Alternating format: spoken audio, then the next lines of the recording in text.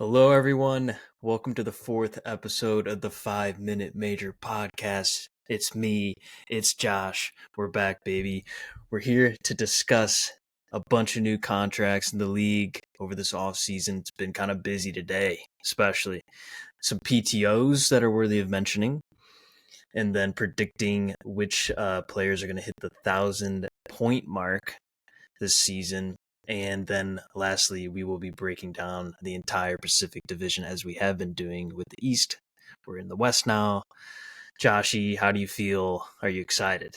I'm pumped. I mean, this is shaping up to be a very interesting division, and some big names that we had talked about early on, and the Yizer plan is in effect, and I am super excited to talk about some of these guys.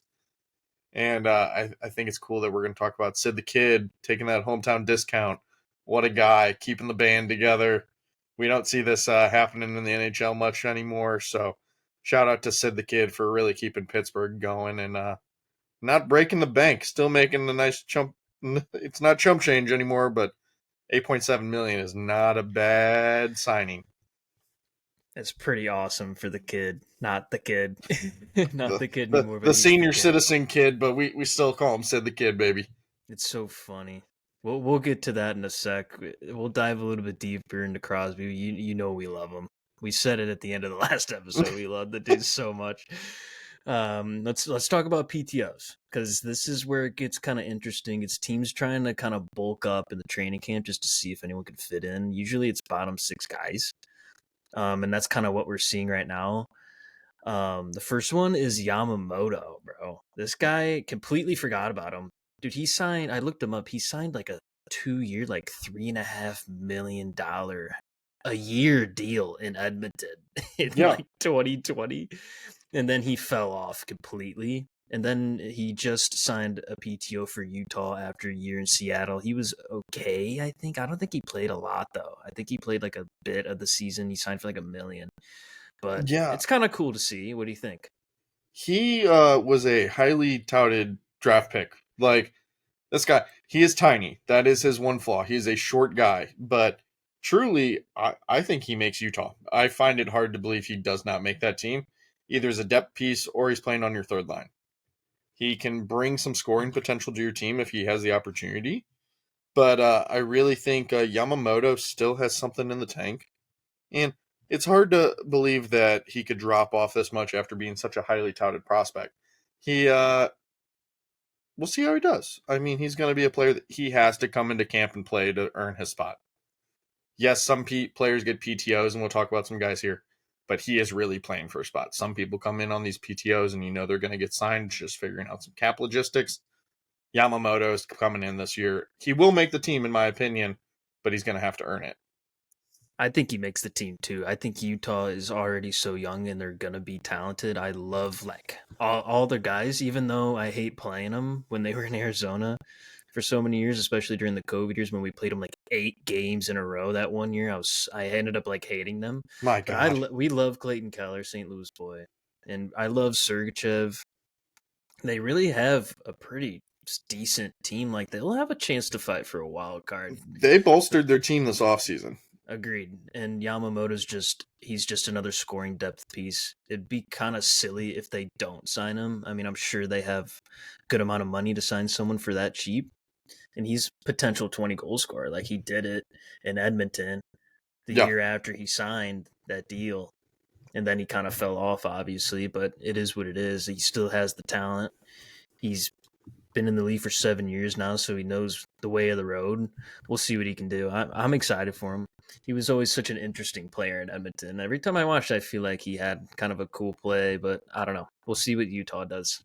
Yeah, I mean, it's going to be one of those guys, and much like the Arizona team, you had a lot of youth that had potential. This new ownership group of Utah really went out, opened up the cash drawer, and went and signed some guys that I think are going to turn this team around. I mean, their defense is getting slept on. I mean, you have Robert Bertuzzo, Ian Cole, you got Vasilevsky. You have guys that are really going to help, and I think Yamamoto just adds to I don't know if a subpar forward group, but like a middle tier forward group with upward potential. And I think he definitely will bring out some increased chances of scoring. And honestly, I can't believe he's been in the league for 7 years. That's insane to think about. Time flies, and he's going to be just another great opportunity, another guy with a good shot. Yeah, agreed. All right, next guy, Tyler Johnson in Boston on a PTO. Man, this guy has been around the league here. Started in Tampa, moved to Chicago, and now he's in Boston. What are you thinking, Mikey? I don't know. I think it's interesting. Boston is kind of like St. Louis in a way, where they'll take in that veteran talent like they did with Pat Maroon last year, Yeah, and then everyone wants to stay in Boston, dude. They win so much. Why wouldn't you? So I like it. I don't know, like, I guess he's kind of a fourth line guy now, but he can win faceoffs and he can score like 10 goals for you. He's getting old though, and he's so small. I just don't know how he'll fare like that is the flaw. He is. playing the Boston game, like Brad Marchand had those 3 surgeries. Tyler Johnson's not gonna have fucking 3 surgeries. Like he's done for the year Yeah. if he gets hurt. But other than that, I like it. I don't see a negative in having another scoring depth piece on any team. That's why all these PTOs are so interesting to me, and it's kind of cool to see where everybody lands. I have to say, it's kind of crazy looking at these PTO guys and even the guys coming up. No one's a real big dude. They're on the tinier side and is kind of showing a shift back in the NHL that they want a little more size. And I mean, Yamamoto, I think is 5'10, 5'8, 5'9. He is not a big dude, as well as Tyler Johnson is maybe 5'10. And if these guys don't have the wheels and they're getting a little older, it's going to be hard to really realize that these guys are going to have a strong potential. Yeah, he's 34 now. He had 30 points in 60-ish games last year. Which is kind of disappointing for a guy who's on a young team like Chicago. I Yeah. don't know. You would think he's playing with Dar, but I guess they still have some young talent up there. But he's never been like tremendous. He is a 50-point getter. Like when he was 24, he had 72 points, which is nuts. Yeah. But other than that, he hasn't been great in the past 5 years. So we'll see what he can do in Boston. Maybe they rejuvenate. It seems like the older guys seem to like love it up there and just feed off that Marchand fire. Yeah, I think looking at this guy, though, I think he's on the outside looking in. I don't see him making that roster, though, in Boston. I think there's too many depth forward guys there. And he may not finish with Boston, but I think he'll have a decent preseason. I wouldn't be surprised if he's picked up by another team needing that depth center. I like that. Yeah, we'll see. I was thinking the same thing. Like they have a lot of forwards, Yeah. and they already have a lot of old guys too. So, I mean, is he really just playing to play? He could probably get a small deal, and then maybe they trade him to like a playoff team or trade him to like the Sharks. Yeah, I I don't mean, know. The Sharks seem to be picking up like a bunch of weird players that have the ability to score. looking at that team in Boston, I mean, center wise, you have Frederick, Charlie Coyle, Morgan Geeky, Vinny Lettieri, Elias Lindholm. Yeah, You got some young guys that could push for some spots in your bottom six, and you have Pavel Zaka. So yeah, I mean, unless some of these guys are listed as centers on this roster and going to be playing the wing, I think he's going to struggle to make this team going in. yeah. All right. We move on to the Great White North. Calgary. Tyson, Calgary. Mr. Tyson Berry signing a PTO back up there in Canada. Not in Edmonton, though, in Calgary. What do Calgary. you think about it? What do you think? I think for a struggling team like Calgary, I think this is going to be a beneficial move. You lose Noah Hannafin. You are struggling with you got Mackenzie Weegar still who can run a power play. But look for Tyson Berry to make this team 1 year deal, veteran kind of contract, nothing that's going to break the bank. And I think he really has a shot at making this team. He can run a power play still for you, but he's terrible defensively. he was never a great defenseman. I mean, he had the run with who was he with before for a while? He's got Nashville. He was in Nashville, didn't last long, but Tyson Barrie, I think his days are numbered. He'll be a guy that bounces around the league. He's just I think we're average to end of the career for him. As Yeah. much as I hate to say it, he was fun to watch. Has a hell of a slap shot, but I think this is a grasping for anything you can get, and I think Calgary's his last shot at really making the team. Yeah. I think I think the same thing. Like, he's no longer your number one, like, power play goal scoring defenseman as he was in, like, Colorado and Edmonton.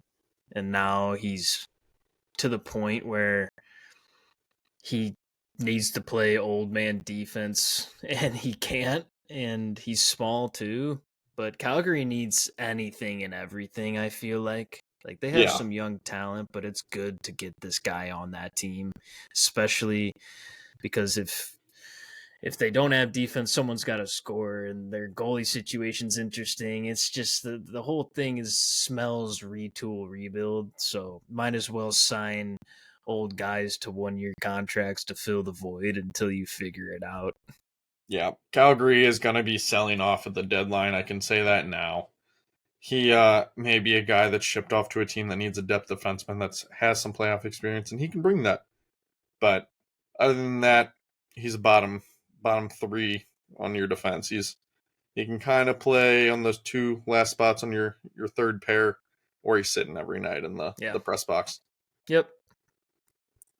All right, moving into our last guy that I'm for sure will get a contract out of this deal.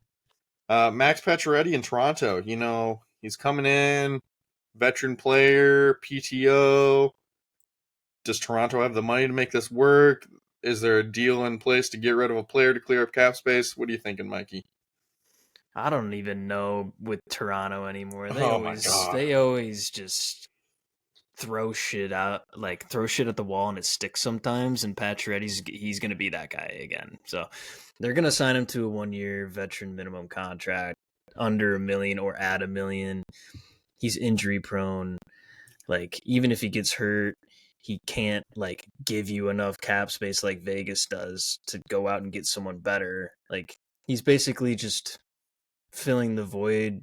It's almost like an Adam Henrique pickup, but Adam Henrique is way better than Yeah, Pacioretty at this point, and it's unfortunate that he gets hurt all the time. I think he's still a stud. I mean, at the age of 32 in Vegas, he had 51 points. The year before, 66. So he can bury points, but he's just hurt now. I was Like, gonna say, can he he's make it too a full hurt. season? He's got bad ankles, bad knees, bad shoulder, bad wrists. I mean, we've seen this scenario with Toronto where it's like, let's go sign the old guy. They did it with Wayne Simmons. They've done it in the past. I think Max has a potential, but there is a lot of wingers in that clubhouse. I mean, that locker room is full of wingers, and it's not like Max can play center. So I think there's got to be some moves and some guys that either don't show up during camp and you're like, all right, time to trade you, or Max is like a rejuvenated, youthful forward, and he's like, yep, let's go. But we got to think who's behind that bench and who's going to be leading the Blues. Or not the, oh gosh. I wish. I wish. Who's going to be Not leading anymore. Toronto this year? He likes his veteran players, and he likes guys that can play a two-way game. And I think Max can still play a two-way game, but it's on your third or fourth line because he can't play heavy minutes. Very true. Like, maybe you stick him in front of the net on a second power play unit every once in a while. Maybe he gets 10 goals. But if he's super cheap, he's a good locker room guy, I'm sure. Big Like, culture guy. he loves Canada just in general, I'm sure. You know, he's just he screams like Toronto Maple Leaf to me. It makes a lot of sense, especially Yeah. because he played for the Canadians for so long. Um, yeah, but I don't know. Toronto's interesting. They really need to make sure that they take the next step this year with Chief so that he doesn't get Oh, wrongly fired too early before they're actually ready to like jump to the Cup Finals, because they're close. Like they can win a round or two this coming year just based off what they've picked up and because Chief is Chief. But it's about staying healthy, and they're about to get this guy who's on a PTO who hasn't been healthy in 4 or 5 years. It's interesting, but he is cheap. It's all about being cheap because they don't have any fucking money. So we'll yeah. see what Toronto does. We'll see what Patches does. I hope he does well. I hope he stays healthy. It's like, it's funny to see them suck, but it sucks that they suck. So Yeah, in an aggressive market for hockey teams, they take care of their players, but the media in Toronto will let you know when you suck. yeah, So I think if there's another bad season, this is not going to be on Chief, first year coach. I think it'll be on the players, and heads will kind of spin, and I think some guys will get traded out, and they may do a minor retool, but it'll be a quick one. yeah. It All seems right. like, sorry, No, you're I was good. What gonna do you got? say it seems like they've been trying to do minor retools year after year after year, and they still haven't signed a quality defenseman. And they finally did with Brandon Tanev, but he's old as fuck. So it's like, and he's kind of injury prone, but he's a warrior, so he'll play through it. I was But going to say they have signed a Max Pacioretty potentially here with a signing, injury prone. Tanev, who can be injury prone. I mean, what are we doing here? And then kind of jumping into some of our free agent signings. Yanni Hakapov, former draftee of the St. Louis Blues. Not many people probably remember this guy. Blues kind of wrote him off. He's a big dude, yeah, but history of knee injuries. yep, Another guy with injury issues. But he got a nice 1 year, $1.47 million deal in Toronto, which is not a cheap contract for a guy that before this signing, they weren't even sure if he was going to play hockey again with his knee. So I guess Toronto did their fact checking. They had their doctors give him the once over, and I guess they're saying he is good to go. So them locking up another defenseman on a short term deal to kind of help and bring some epic grit. He is the cross check man if I've ever seen one. But he can play solid defense. We saw him play really solid defense for a Dallas team a couple years ago. And I think he will help solidify that back end in Toronto. yeah, yeah. That's a great segue because Hakanpää has always been a little twinkle in my own eye. I think he's so cool. Like his name and the way he plays, like I said in the last episode, dude, just solid. Defensively makes me happy. So it's important that they got this guy on top of getting Tanev. Um, their defense is definitely a little bit better, but I, it's like Toronto. There's always that doubt, but I don't know. I don't know what else to think about it. I mean, you can't complain about a guy that's 6'7", 222 pounds. Like, Fucking mammoth. he is a hulk of a human. And I mean, he's been around. He's 32. I mean, drafted by the Blues back in 2010 in the fourth round. But I mean, he's kind of played around the league: Anaheim, Carolina, Dallas, now to Toronto. So we shall see what he can do. Yeah. And talking about other guys we've signed in Toronto, one that we talked about, Nick Robertson. What do you think about this deal, Mike? I think it was so funny, like the whole exchange between him and the team and the agents and all Yeah. that. It almost seemed like he felt like he was undervalued, which that's okay. And like you're a professional hockey player, you might think you're better than you are, but you're not. Sorry. You're still a third line, fourth line guy. Your family member's better than you in Dallas. Sorry to tell you. But you still just got signed to an original six team that you've just played for. You understand the culture. Now you have a better coach who's going to love the way you play. Like, go in there and just ball out. Like, stop trying to be someone you're not. I think he needs to accept his role a little bit more. And this 1 year deal, I think it's his last shot in Toronto. Unless Chief loves him, just like he loved, Sanford and Sammy Blay and those guys, maybe he'll get signed again. Nick's Or traded. Hot take. Nick is not on the opening night roster for this Toronto team. He is wow, traded before the season starts. They that locked him doesn't. up to a 1 year deal. and he still wants out of Toronto. This kid is going to be traded. I don't know where he's going to go. I think it's going to be someone that needs a depth center after an injury in preseason. I hate to see it, but we always know some guys end up hurt. And I think Nick is moved with that 875K to open up space for Max to get signed. I think Nick is one of the pieces that has to be moved to open up some cap space. It makes sense, especially if they don't have the cap space, which Yeah. I haven't looked at it in a while. But it makes sense. Like, you give the kid what he wants, and then you give the kid what he wants again. You Yeah. give him the money, and then you get rid of him. So we'll see. I like that. I like that. That's a good hot take. It's not even that hot. It makes me think a little bit more about who might need that depth center. Yeah. I We'll mean, have to analyze a little bit more.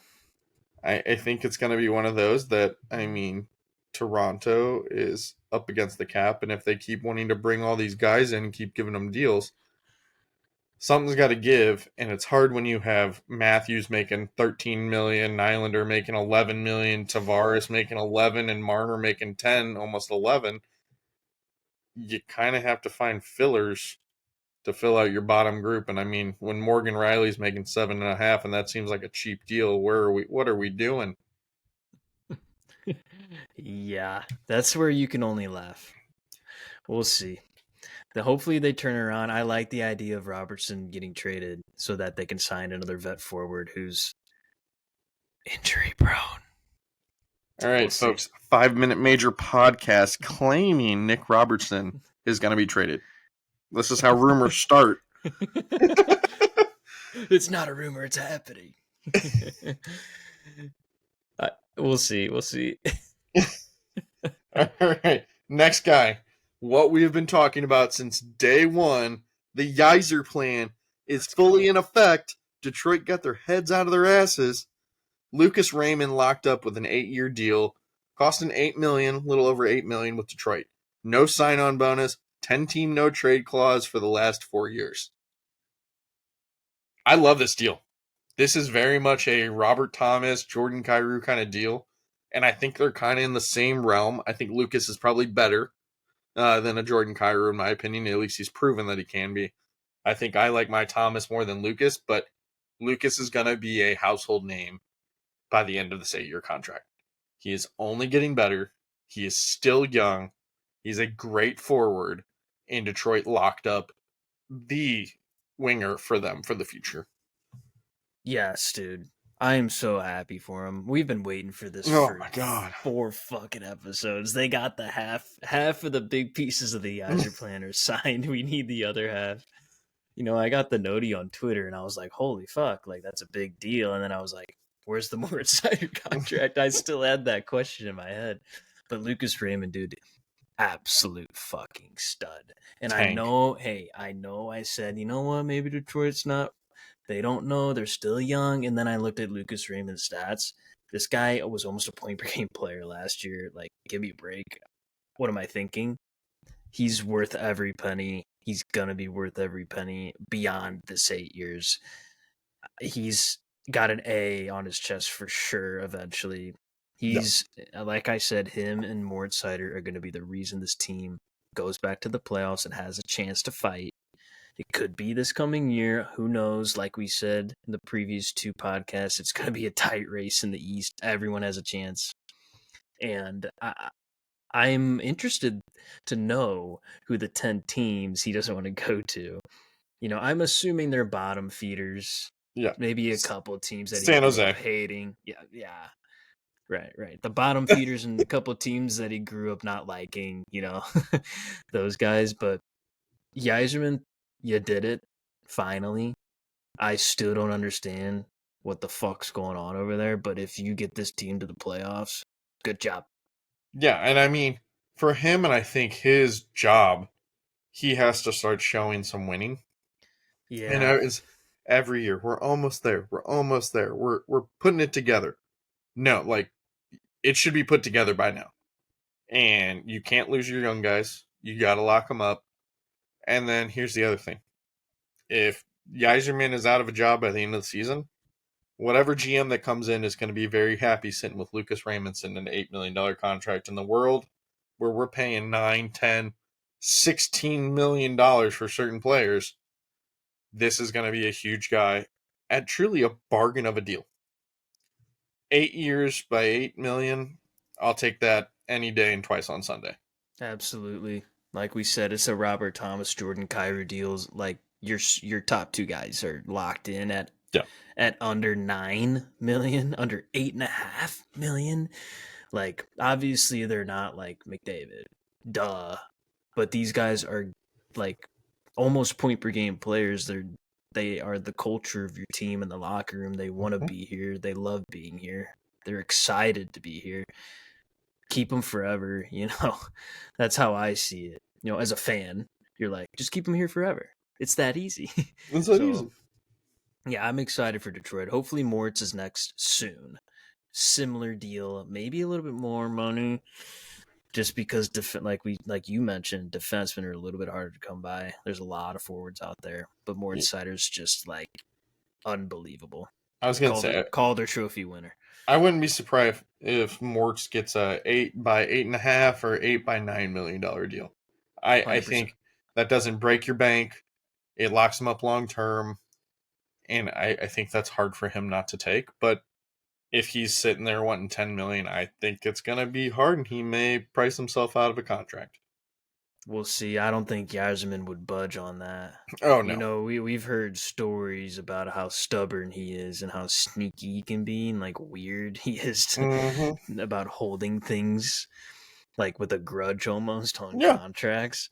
I don't think he goes above 8.5 or 9, but I don't think Moritz is thinking that way either. So we'll see.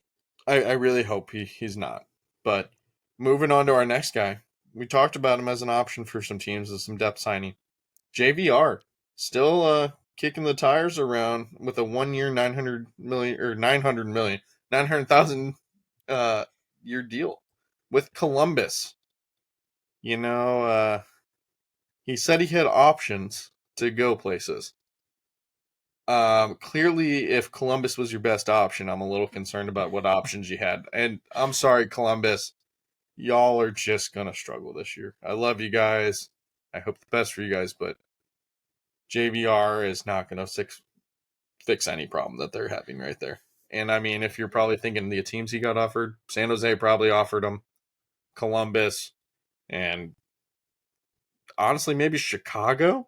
I would have taken a Chicago deal over this, and if I'm being honest. But does JVR have anything left in the tank? I don't know.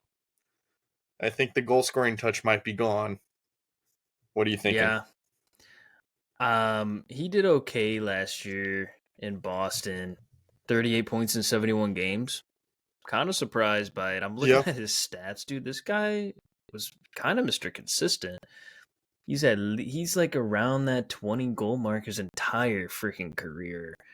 So he's like sneaky depth piece at a good price for Columbus. Yeah. He'll be playing big minutes though, since they need to fill the void of not having like anybody. I'm excited for him. Columbus is a great place to play. Fans are awesome. He gets paid. He gets to play like full-time minutes. It's silly not to take the deal. I mean, if Columbus if they can go out and get Van Riemsdyk, maybe they can use him as leverage to go get more people. I don't know. Maybe it's a step in the right direction. It's obviously just a veteran 1-year deal, like most of these things are. It's but a veteran. Hopefully, in the long run, this is kind of that first step in them really working towards the rebuild and kind of making Columbus a spot to be like a hockey mecca. Yeah, I think for him though, I think this deal for Columbus, if he's putting up 20 goals or he's playing on that first line where he's putting some scoring up, would not be surprised if he's a cheap trade chip at the deadline for teams. Another guy, some of these guys like Max Pacioretty, a guy like Nick Robertson, and now JVR, like if they're putting up decent numbers and you need a piece, and some of these playoff teams that need those pieces, I mean, JVR could pull you a third round draft pick for a team that's trying to make a push. For a guy that's a depth signing, can play on your third line, is a 20 goal scorer. Those are the guys that help you win cups. And JVR, like you said, is Mr. Consistent, and he played in Boston. So clearly, it's a depth deal that I think there's a lot more upside than downside for any team that picks him up. Yeah, I agree. And Columbus would need the draft picks more than Oh anything. my god, yeah. So if they can trade him to a team that needs a third line, fourth line goal scorer, why not? Even Yep. like a healthy scratcher, like a Kyle Okposo situation with Florida last year.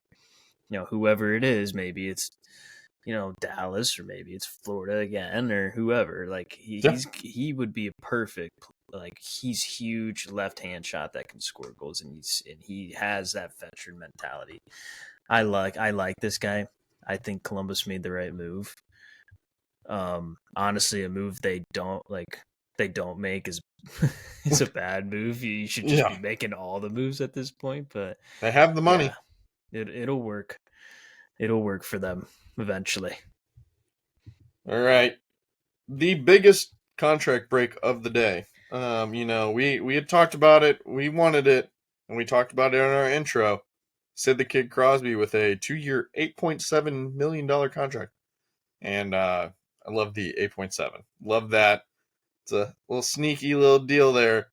Doesn't break the bank for Pittsburgh.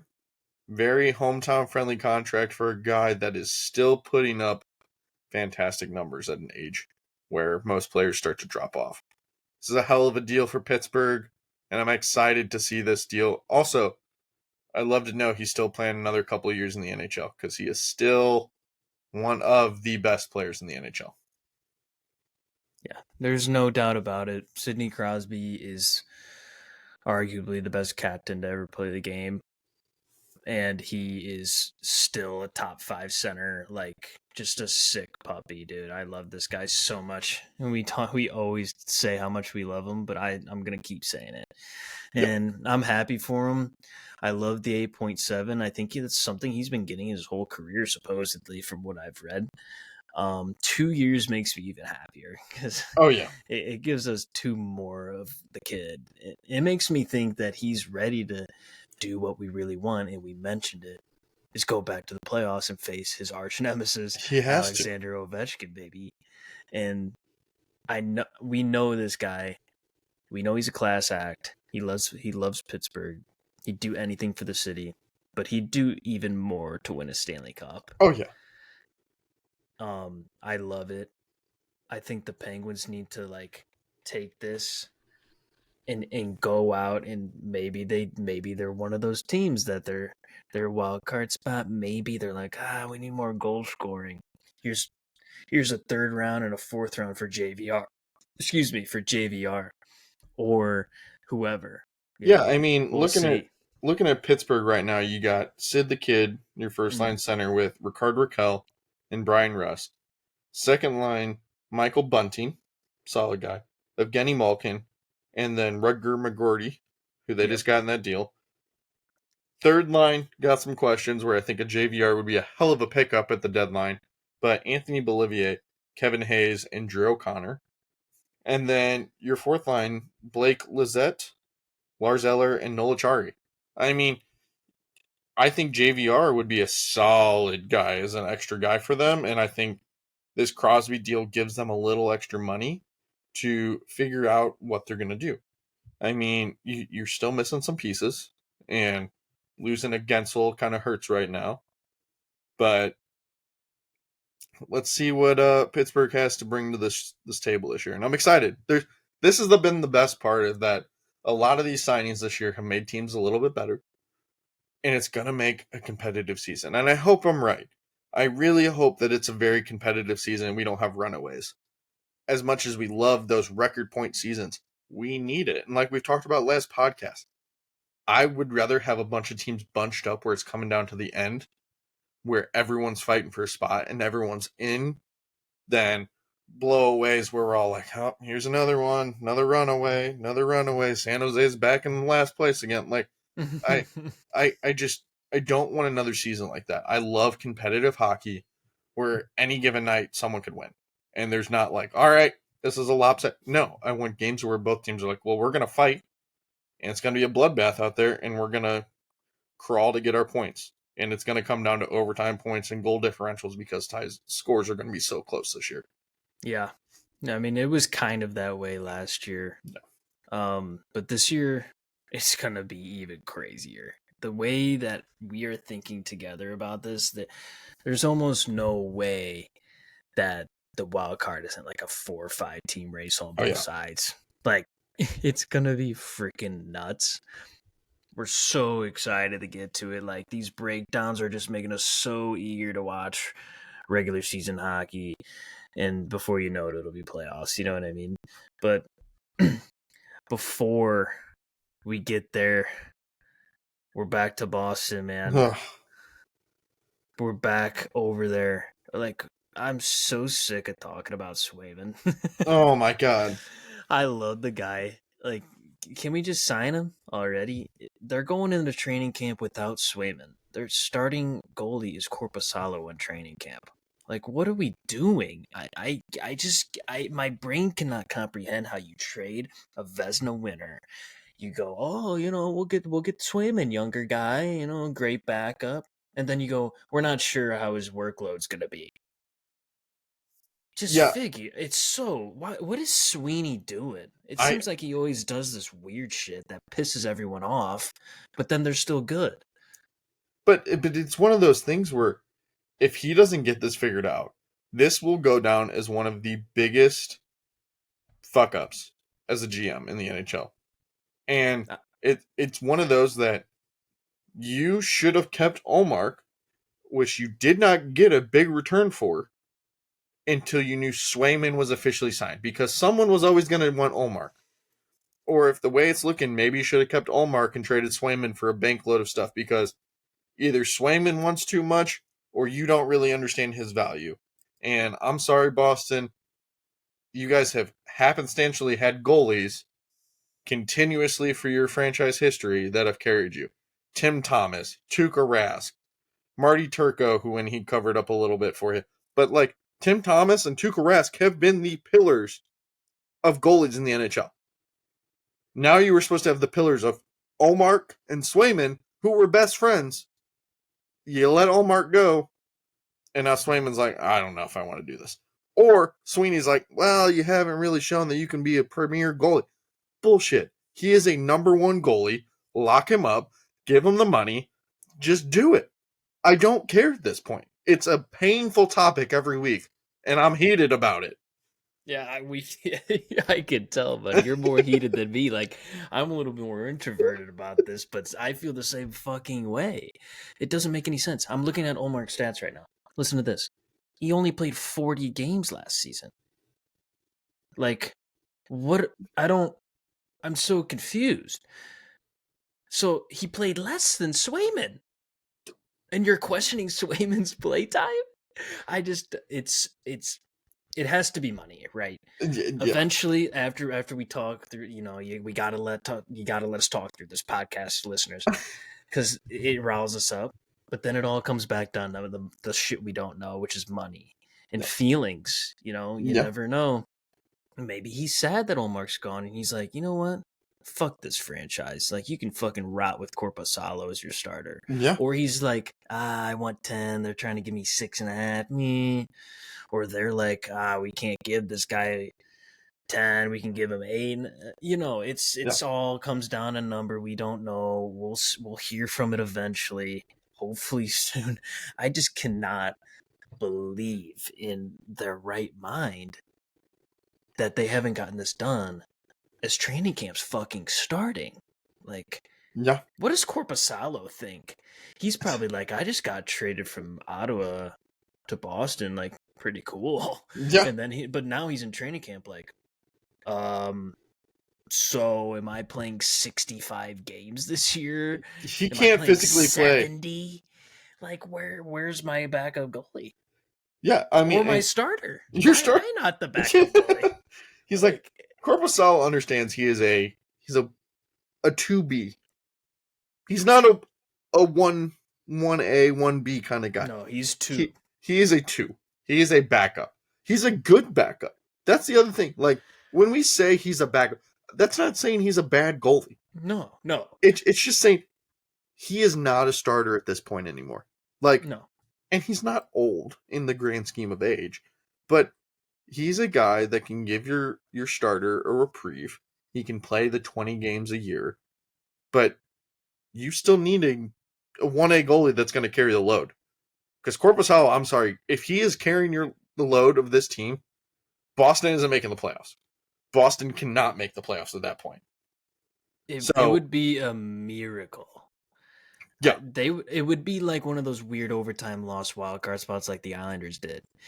But it would be unbelievable. Like, how has this not been solved? Like, figure it the fuck out, Boston. We're rooting for you at this point. Yeah.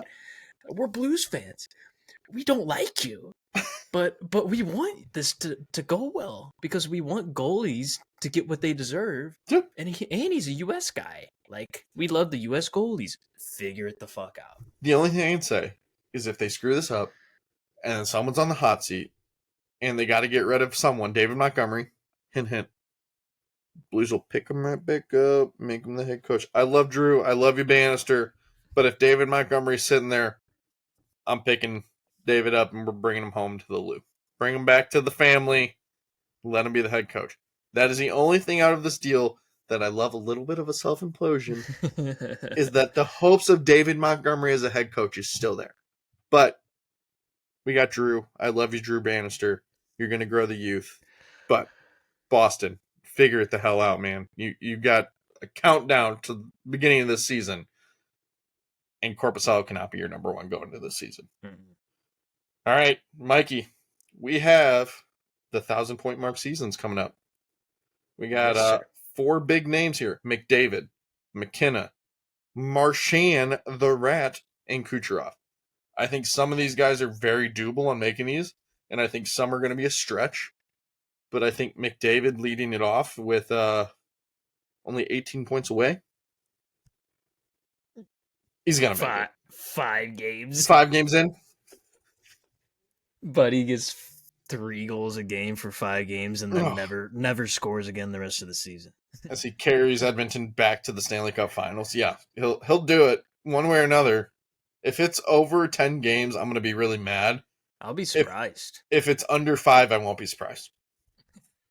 Give him three games and he goes on just a bender of scoring. It'd be insane. Imagine he gets 8 points a game for 3 games. No, he's doing it so quick, especially because he has so many more scoring players, like forwards, that he can pass to now. Not only does he have Dry, he's got Arvidsson, he's got Skinner, he's got Kane if he's healthy, he's got Nugent Hopkins, he's got blah, blah, blah, blah, blah, blah, blah. Like, Jesus, man. And he's got Bouchard on the back end who can score. Like, this guy has every reason to break 150 points every year. So he's the best player I've ever seen. He might go down as the best modern day hockey player ever. This guy already at 1,000 points is just sickening to think about. But he's on the verge of just breaking every modern day record like it's nothing. So I love Connor McDavid. That sucks that he's in Edmonton. Yeah, it's one of those that, much like the NBA where we have the Michael Jordan and LeBron James debate. Yeah, exactly. I think the debate of the future is going to be the McDavid and Gretzky debate, where it's going to be very hard to argue because it is very different era to hockey. But facts, though. McDavid's a freak of nature. He skates better than anyone in the NHL and one hell of a shot. Mm-hmm. So the poor man needs a cup, and I really hope that's in Edmonton for his sake, or get him the hell out of Edmonton and let him go somewhere to win a cup, because I don't want him being on his end of his career when he's 36 years old just getting his first cup, because he's stuck in Edmonton his whole life and they sucked. Yeah. One big thing that fucked them is the Darnell Nurse contract. Oh God. If they didn't fuck that up, they could have won last year because they would have had at least either two quality D-men or a better goalie. You know, Yeah. Skinner was fine, right? He was pretty good, but I just don't feel it with him. Um, but yeah, it all comes down to the Nurse contract. Yeah. They could have $9 million to spend on like an actual defenseman, but Yeah. Or it is you what it is. get a middle tier defenseman and fill out your bottom six. My God, Edmonton, Mm, what were you playing with in your bottom six by the end of the year? yeah. Well, we'll see. They're honestly they're probably better this year than they were last. So if Yep. they don't make it back, I'd be surprised. All right, on to McKinnon, dude. He's 101 points away. Hold on. Let me look up how many he had last year. Yeah, I mean he was pushing 100 point mark last year, wasn't he? He had 140 last Oh year. well, I another safe bet. It's It was kind a of career. It was a career high. He had 89 assists, 51 goals in 82 games. He played every single fucking game, yeah, and he was 23 minutes time on ice. Now, Connor McDavid is the best player in the world, right?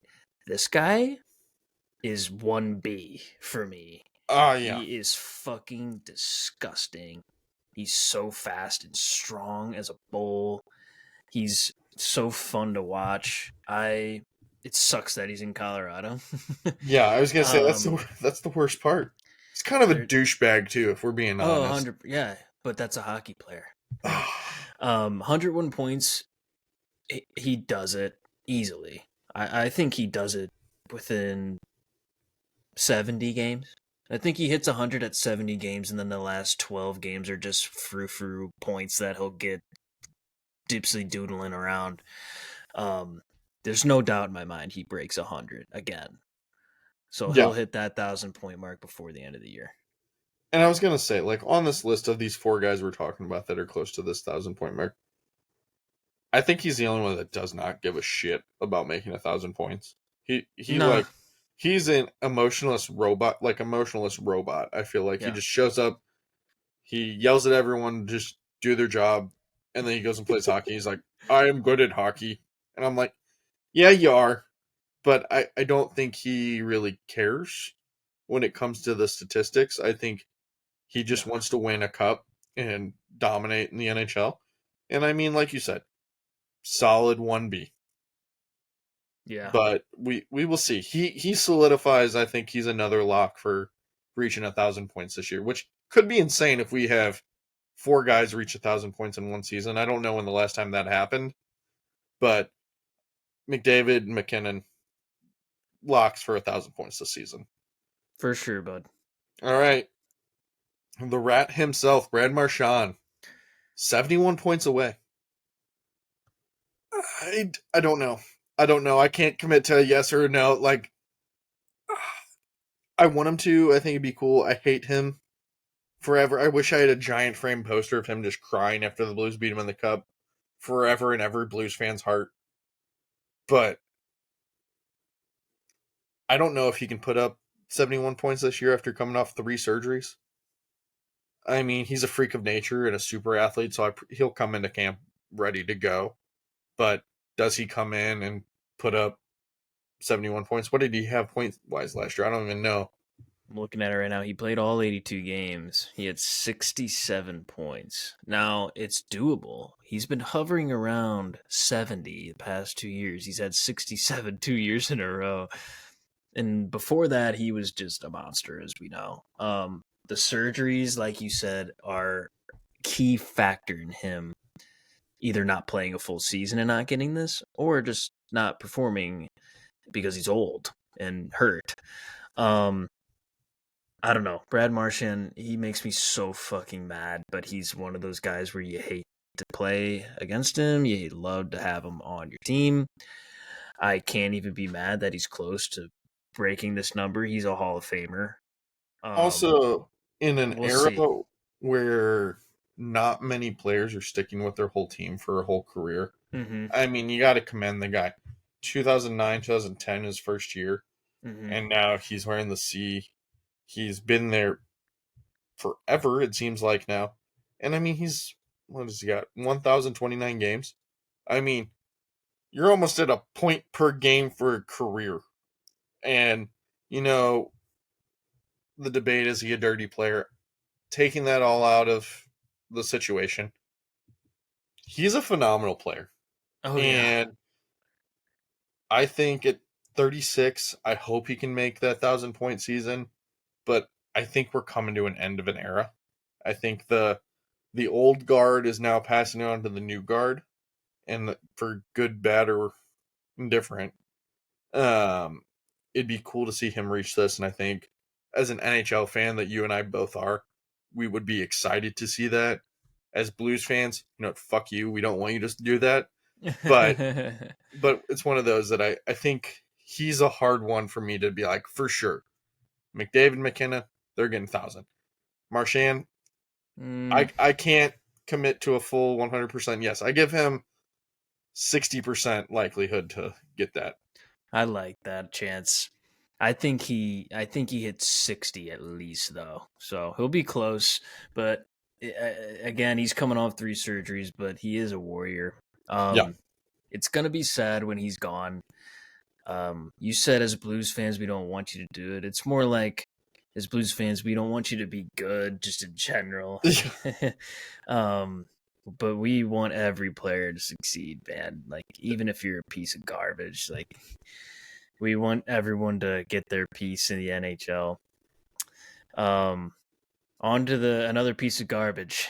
I can't stand this motherfucker, man. Nikita Kucherov in Tampa, he had a fucking bonkers year last year. Him and McDavid had over 100 assists. He had 144 points, I think. He's 127 points away. It's doable, obviously. He's a Russian piece of shit prick. He's so good at the game, though. He moves so fluidly. I know Sean Avery, he's a big fan of this guy, too. Just he's kind of the way that he's almost the reason that Tampa did so well. He was almost like that Mark Stone, like he just a sneaky guy in the regular season. You never notice. He's great. He breaks the 100-point mark. You're like, oh, it's just Kucherov. And then in the playoffs, you're like, this guy's sick, nasty. And I didn't realize until I get to watch him for 7 games against every great team in the Eastern Conference. So I don't know. I think he does it. It's gonna be fucking close because I think Gensel's got to get his piece. Mm-hmm. But that might just amplify the assists. So we'll see. I'm excited for Kucherov. I fucking hate the guy with a burning passion, but again, 1,000-point mark in the NHL is so crazy. Like, you And are I one mean, of the best players to ever play. So just keep riding that wave in Tampa Bay, bud. I mean, he's only played 725 games.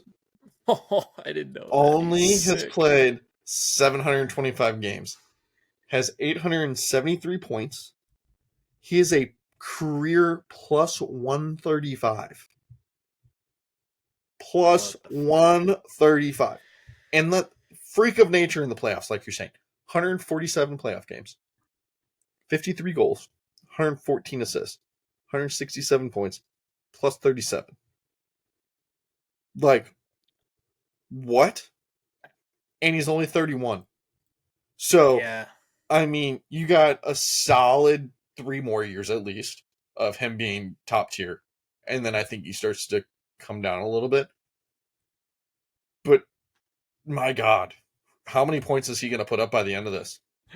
I know, man. He breaks the 1,000-point mark this year for sure. And Oh, then yeah. he's only 31.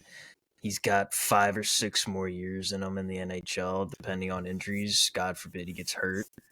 But this guy, just one of those Russian pricks, man. Just like comes into the league and dominates and doesn't think anything of it. It's just it's so maddening for a normal human being to see. And as a fan of hockey, it's great. But we'll see with Cucci. Oh, yeah. I don't know. I'm just so excited for this year to start. Like, talking about all this stuff, I'm so excited. The 1,000-point mark is just another addition to what we're gonna see this year, which is great stuff. Great hockey. talking about great hockey, going into these divisional breakdowns. We Yeah. are going into the Pacific Division this week, and some interesting teams in this. And I think it'll be interesting to see.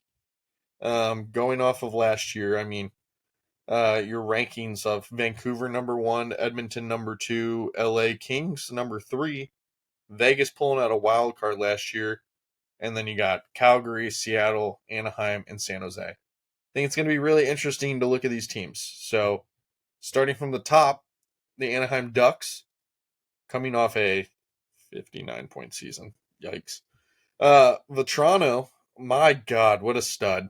60-point season, 37 goals. Zagreus is going to be it's going to be a big year for him. Did you see the mullet that dude has? It's Hate it. nasty. Hate it. Nasty. And then who's going to be wearing the C this year? So, some big questions going into the season. But who's your breakout player this year, Mikey? I want to go back to Zegers real quick. Yeah. Zegers, he was hurt. He's still so young. He had like a crazy rookie year. He got second place in the Calder voting behind Moritz Seider that we mentioned before. If he can be healthy, I think he is a superstar talent. Like I don't know why people like hate on him so much. I mean, I did, but he is kind of douchey. But he's just a modern hockey player. I think he can be a 50, 60 point guy. If he's healthy and if he's not being weird like TikTok. I don't know. I don't know how to explain it, but he is just a weirdo. But he's a kid, you know. He's uh, 23 years old. He's still a baby in the grand he's scheme of 3 it. years younger than us, and that feels a lot more than 3 years. You Bro, know, he's yeah, my it, God. we'll see. And then for the captaincy, I want to mention that too. There's rumors that Radko Gudas is gonna snag it. They say Cam Fowler, but they don't know about Cam Fowler. He's kind of like a trade bait piece for them right now because he's getting old and he probably wants to play in the playoffs, man. So I if can he's tell you who open it's to going to it, be. okay, I'm gonna hear your Troy thoughts. Terry. It's Troy Terry. Troy For Terry what? is to be the captain.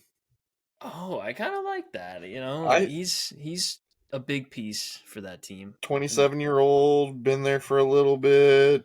What's he going on? 1, 2, 3, 4, 5, 6, 7th season with them?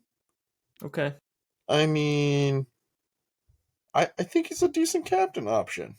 yeah, I I don't don't mind see it. much fault in that. I think he definitely would handle the pressure better than a lot of the guys that are options. And I Yeah, just Gudis would be a freaking goon to have that C, but I also wouldn't be opposed to that either.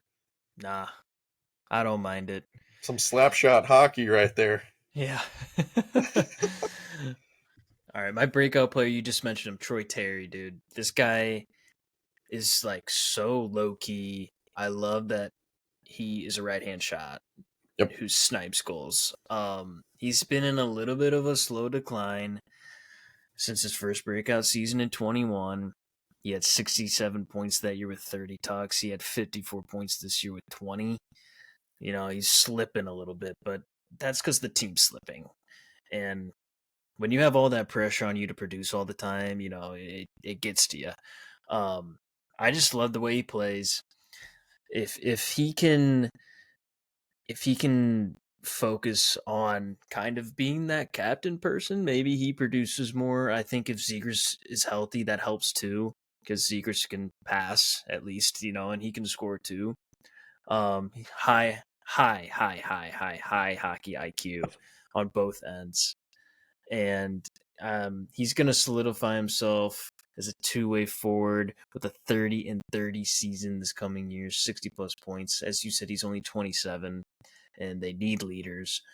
Um, at least gets an A on his chest. The C is going to be, I don't know, but that's up in the air, obviously, but definitely going to have a great breakout year. Yeah, I think it'll be a good year for him. The guy I'm excited though for is Leo Carlson, the 19-year-old Swedish forward, looking to grow into a bigger role this season. Coming off a really good, decent season for a 19-year-old, I guess 18, 19-year-old playing in his first NHL season. 12 goals, 17 assists. I mean, he had a good season. He had those rookie struggles. Um, but towards the end of the season, I think he finally got the feel for it. So look for him to put up maybe 15 goals, 25 assists this year. And I know that's not a crazy breakout, but I think for a 19, 20-year-old with increased opportunity, I think he's going to push to be that guy and he'll continue to develop. But this is just the beginning of Leo Carlsson. He will be the future major center of this team. And if he can solidify that number 2 spot, number 3 spot, I think we'll see a very exciting season for him. Sneaky pick. I like their young. I feel like every team has a pretty solid young core, Yeah. especially the Ducks and the Sharks and the Blues and the Hawks. So we'll see how that goes. Um, how do you feel about their season coming up? Do you think they improve or eh? They're improving Okay. slowly, but bubble. Like I don't know if they're making the playoffs. I still think they're 1 or 2 years out. And it's going to take a lot of this youth movement to really step up and solidify their ability. But can they take the beating day in and day out from some of these older, bigger teams? Because they're all about speed. But when speed runs into a brick wall, we'll see how Anaheim does. I don't think they're making the playoffs this year. I think they're going to have another top 10 draft pick. And we'll see what they get in next year's draft. Yeah. The drafting portion for them is very key, as is the rest of those bottom feeder teams. I don't expect anything from them. I mean, I expect their young guys to hopefully stay healthy and produce, but they definitely need to plan out the future, man. Like Zegras and Terry and McTavish, we didn't mention, and Gauthier, who got there, who's wanted to trade there or whatever. Vetrano, who produced, who can hopefully keep producing. But then there's questions around their goaltending. You know, John Gibson is I feel like he's just sick of it, man. How He's been old there is for he? so he's not even that old. I think he's like 30, you Okay. know. But he was really bad last year. I think he's over it. But he could get shipped to, you know, a team that needs it, Boston. And maybe he makes the playoffs and actually is happy in a Rejuvenate place. his career. Yeah, you never know. And then, as I mentioned before, Cam Fowler's on his last 2 years of the deal. He probably wants to play a playoff hockey too. Supposedly, his agent and him are kind of open to a movement thing where they both kind of benefit. So we'll see. But if they can keep playing young and move more ice time to those young guys and trade some of their older guys away for more picks or prospects or whatever, that's a win for them. There's Oh, no for sure. playoffs in sight for a few more years, as you said. All right. On to the next. The Calgary Calgary Flames. Flames. What do you got, Mikey? They had 81 points last year. Meh, you know. Uh, Nazem Kadri. Douchebag. 75 points, 29 goals, 46 assists. He was a quiet.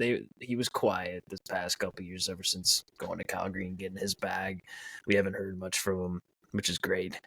Another question about the captaincy. You know, I don't think anyone's their captain. I could be wrong, but I don't think they have one. So what's going on there? What do you think about that? I Yeah, don't really have a thought on it. I don't think they name a captain this year. I think they ride 3 assistant captains because I don't think they know what they're doing. Me neither. And does anyone really know? But they got to tear it down. And this team is at a crossroads, and I don't think unless you find a veteran guy that's willing to just wear a C for one season and then know he's probably not back, or wear the C until the trade deadline, I don't think anyone gets named captain. Because if Nazem Kadri is your captain, I have lost all faith in the NHL. Yeah, I mean, he's probably the only one that's worthy of it. Him or like Rasmussen, Mackenzie Weegar. or Uyghur, I guess. Yeah, yeah. I don't know. Calgary's they're definitely in a weird spot. Um, we'll get to that in a sec. Who's your breakout player? Andrei Kuzmenko Mm-hmm. came over in a deal from Vancouver at the deadline. Has the potential to be a household name, in my opinion. I mean, 2022-23 season, he put up 39 goals. Last season, we had a drop off of 22 goals, though. So I am predicting a bounce back season, 30-goal season, and 30 assists. I mean, he's 28 years old, playing on a very lackluster team, but look for him and Huberdeau to be on the same line with a Nazem Kadri potentially, and we'll see if this Russian boy can kick it into high gear and put this Calgary team on his back. That's a good pick. Everyone kind of slipped on that trade. I think it worked out in Calgary's favor as Oh well yeah, as Vancouver, obviously. yep, But I agree. Yeah, he's going to be a stud eventually. Well, he's kind of getting a little older, but hopefully this year is where he really solidifies himself in the for NHL. sure. Who you got, Um, Mikey?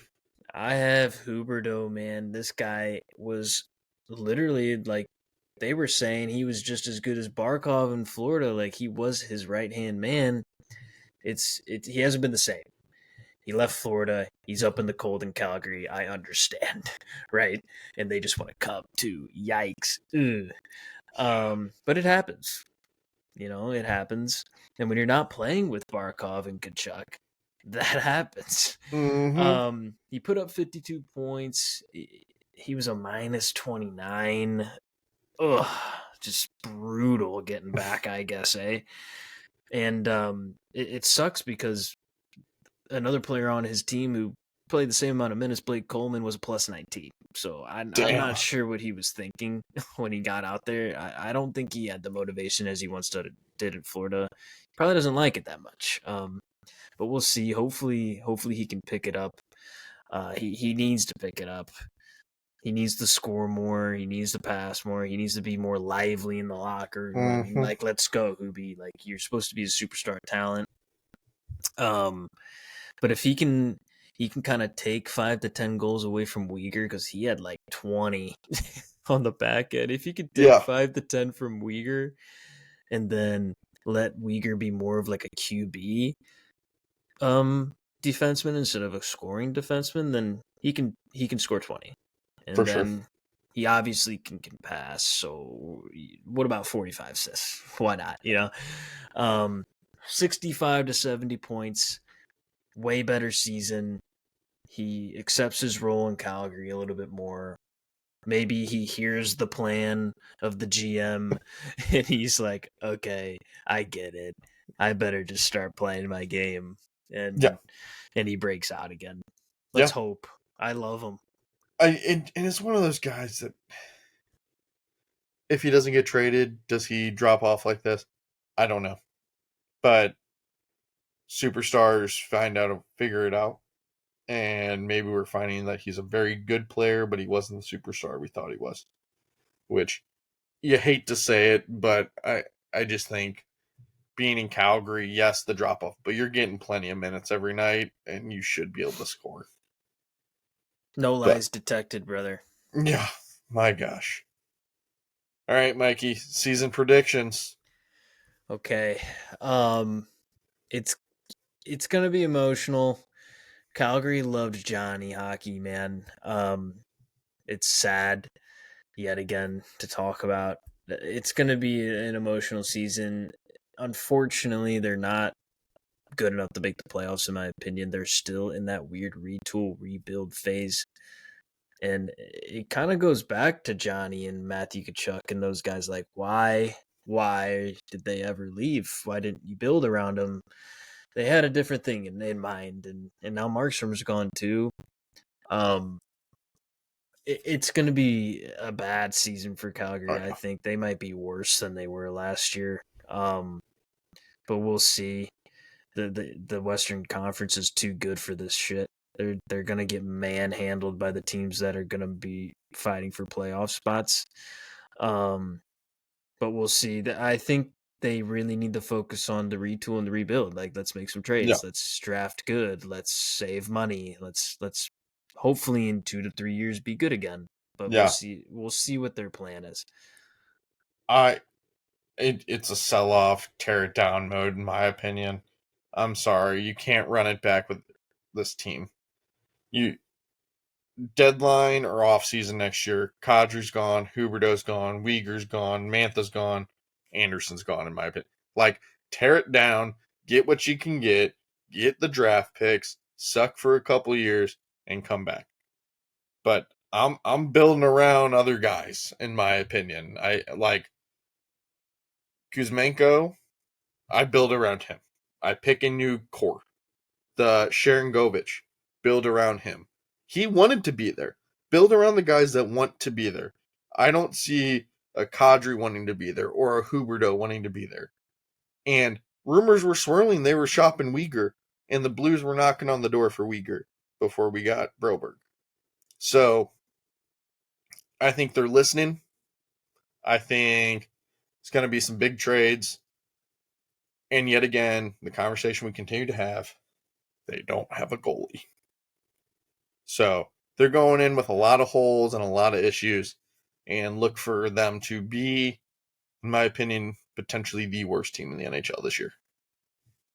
Yeah, that's a hot take, but I can't disagree because you never know.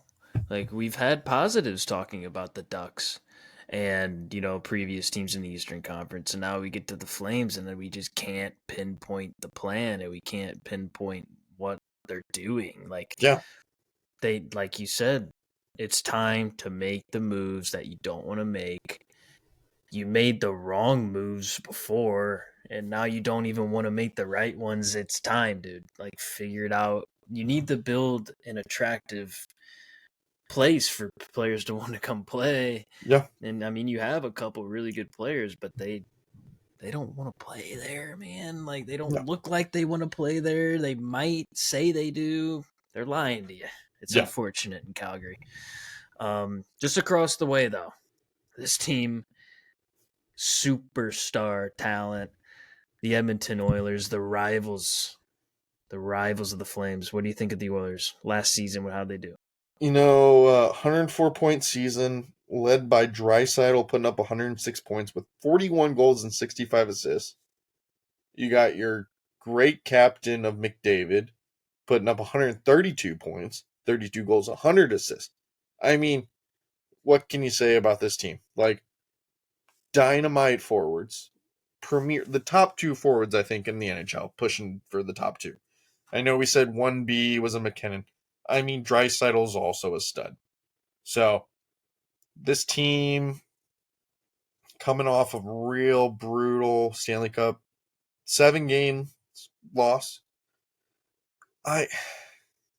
They got to run it back. They're going to run it back.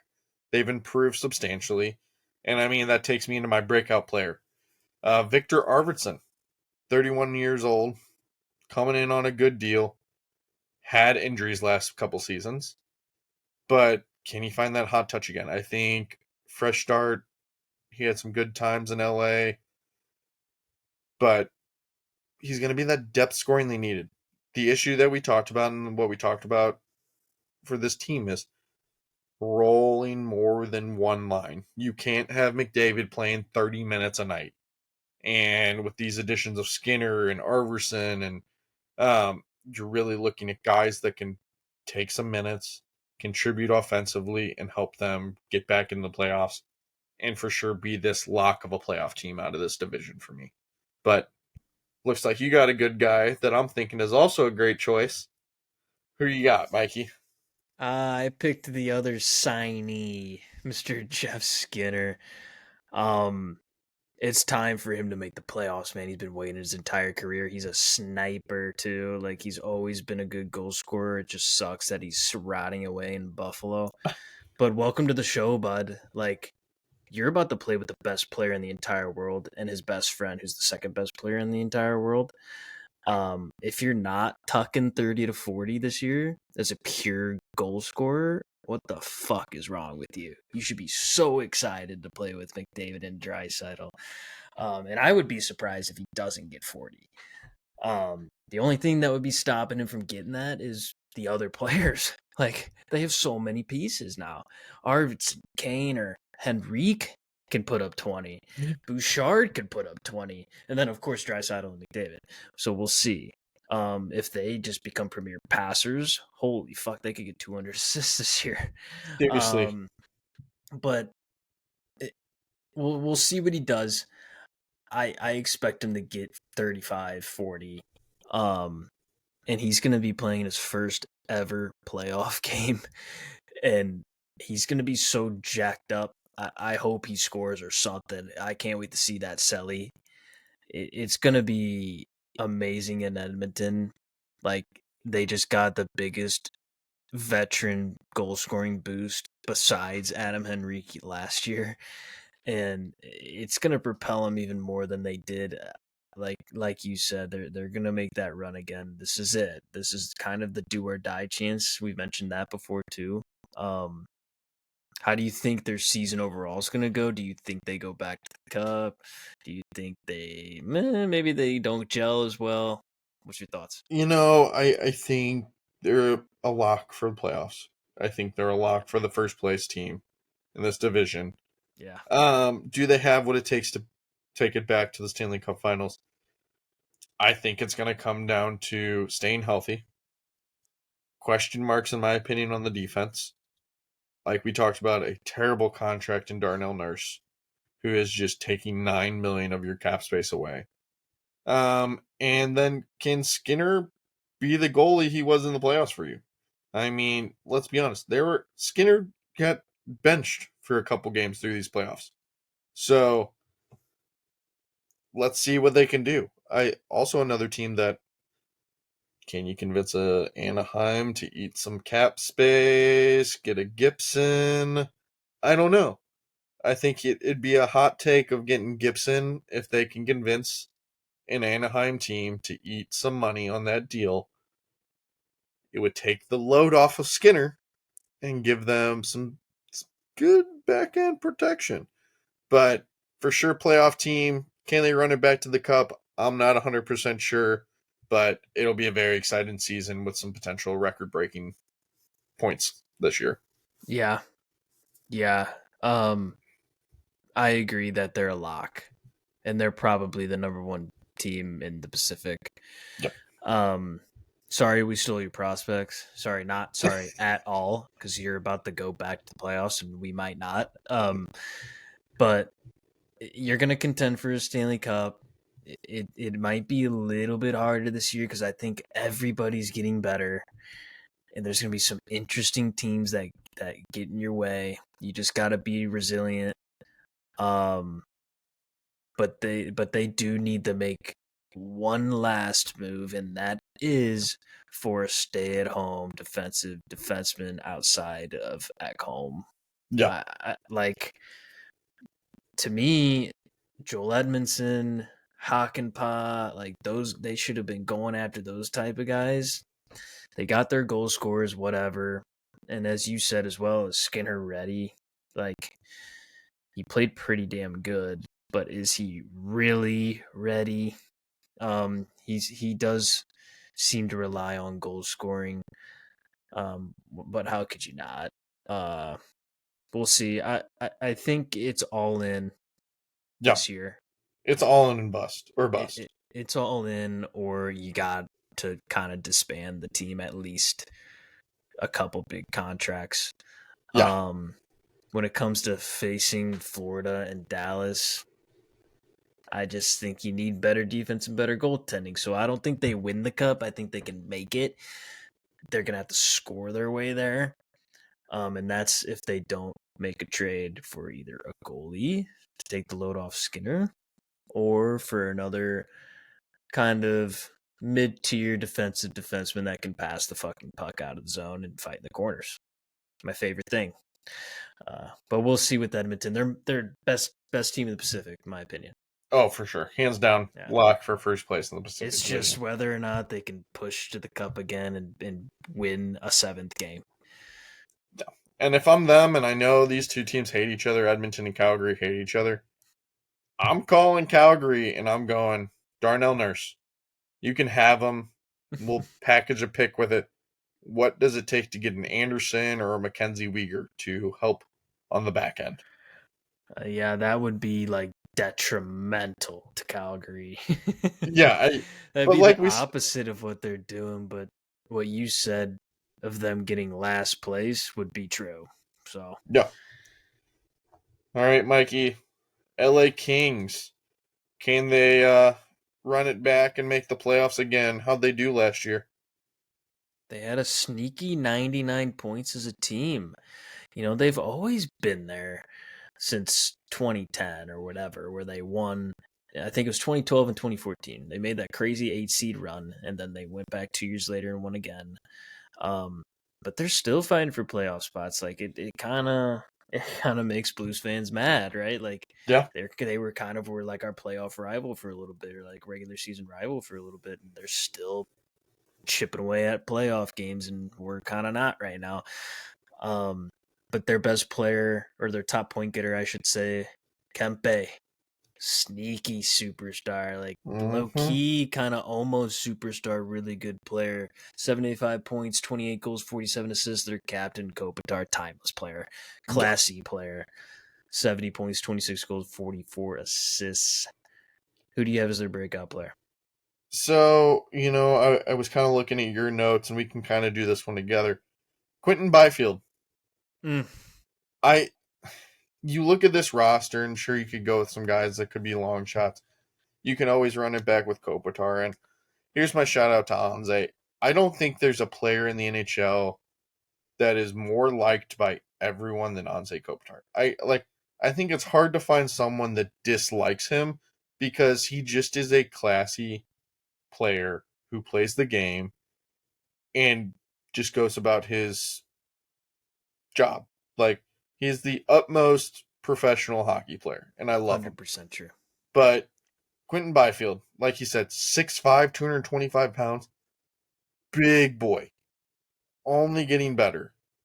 And I think we're going to see a breakout year for him. He has to step up and lead this team back to the playoffs and is only getting better. It's fun to watch. He's fast, he's big, he's physical. There's so many parts to his game that are positives that you struggle to find the negatives in his game. Sure, he probably can get a little bit better defensively, but he's still young and that comes with time. He's 22. I know. 22. He had 55 points last year, scored 20 goals. Top of that, he had 4 assists in 5 games in the playoffs last year, so he can perform in the playoffs on the big stage too. Um, I think he's the future captain For in sure. LA. It's one of those early calls. It's not. People might think that, but it's not. Yeah. He's your guy. He's been mentored by Kopi and Drew Doughty, Yeah. and he's gonna come out. He's gonna always hit you hard.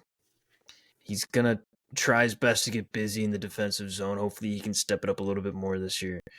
But he almost has this graceful movement to him, like Kopi does, where he just looks like he's so upright and big and tall, Mm-hmm. but then he's swift with it. He's got like a European style to him. Um, I think he's a superstar in the Yeah. making, and he's breaking 60 points. He's tucking 30 goals. Um, Especially with, like I said, with Doughty and Kobe mentoring him, he's gonna fill into that C role so well. I'm so happy for this kid. He Oh just yeah. came out of nowhere too. Like I didn't know anything about him. I just watched him play last year, and I said, "This is the future of the LA Kings." Oh yeah. Wow. What do you think of their season, though? Do you think he plays a big impact in the playoffs? Yeah. LA is a bubble team still in my opinion. This division is we're gonna see, and like we've talked about when we get to the Central Division, it's gonna be a long talk about playoff potential. I think they're able to run it back. I think they're that bubble third place wild card kind of team. I think they'll probably come back at third place. They really didn't lose many substantial pieces. I think they got a little bit better. So look for this team to run it back. let Kobe do his thing, be that leader, and then can the youth step up and milk Drew Doughty for every ounce he has left in that tank? He's a stud. He's a leader. He's physical. He's dominant still. Let him take control. If he can stay healthy and this team can stay healthy as a group, look for this team to make a push and lock themselves into that third place spot in this division. Yeah, I have the same idea as you. I think they're the 3 spot as they did last year. Um, I honestly think they get better. I don't know what it is right now. They picked up Darcy Kemper in a trade for PLD, Hell yeah. and honestly, Kemper could be a breakout player pick. He kind of man Washington. He was so good in Arizona and so good in Colorado, and they just dumped him to the curb to DC. And I was like, wow, like I thought this goalie was way better Mm-hmm. than everybody thinks he is. So maybe, he goes to LA and he freaking lights it up again. I'm excited for him. They're gonna have their work cut out for him though. Like you said, the Western Conference is so close. There's so many more teams that have gotten better, aka St. Louis, aka Utah, aka Seattle. Yeah. But we'll see. I still think they get the 3 spot, but it's going to be close to a wild card spot as well. The Kings just keep on winning, man. What the fuck? and they're probably the best California team in the league. And the team we're about to talk about is god awful, the worst. The San Jose Sharks. Oh my God. How did they do last year? All right, we put up a whopping 47 points. Granlund with 60 points on this team, That a 12 boy. goals, 48 assists. Celebrini, though, is he going to fix this team?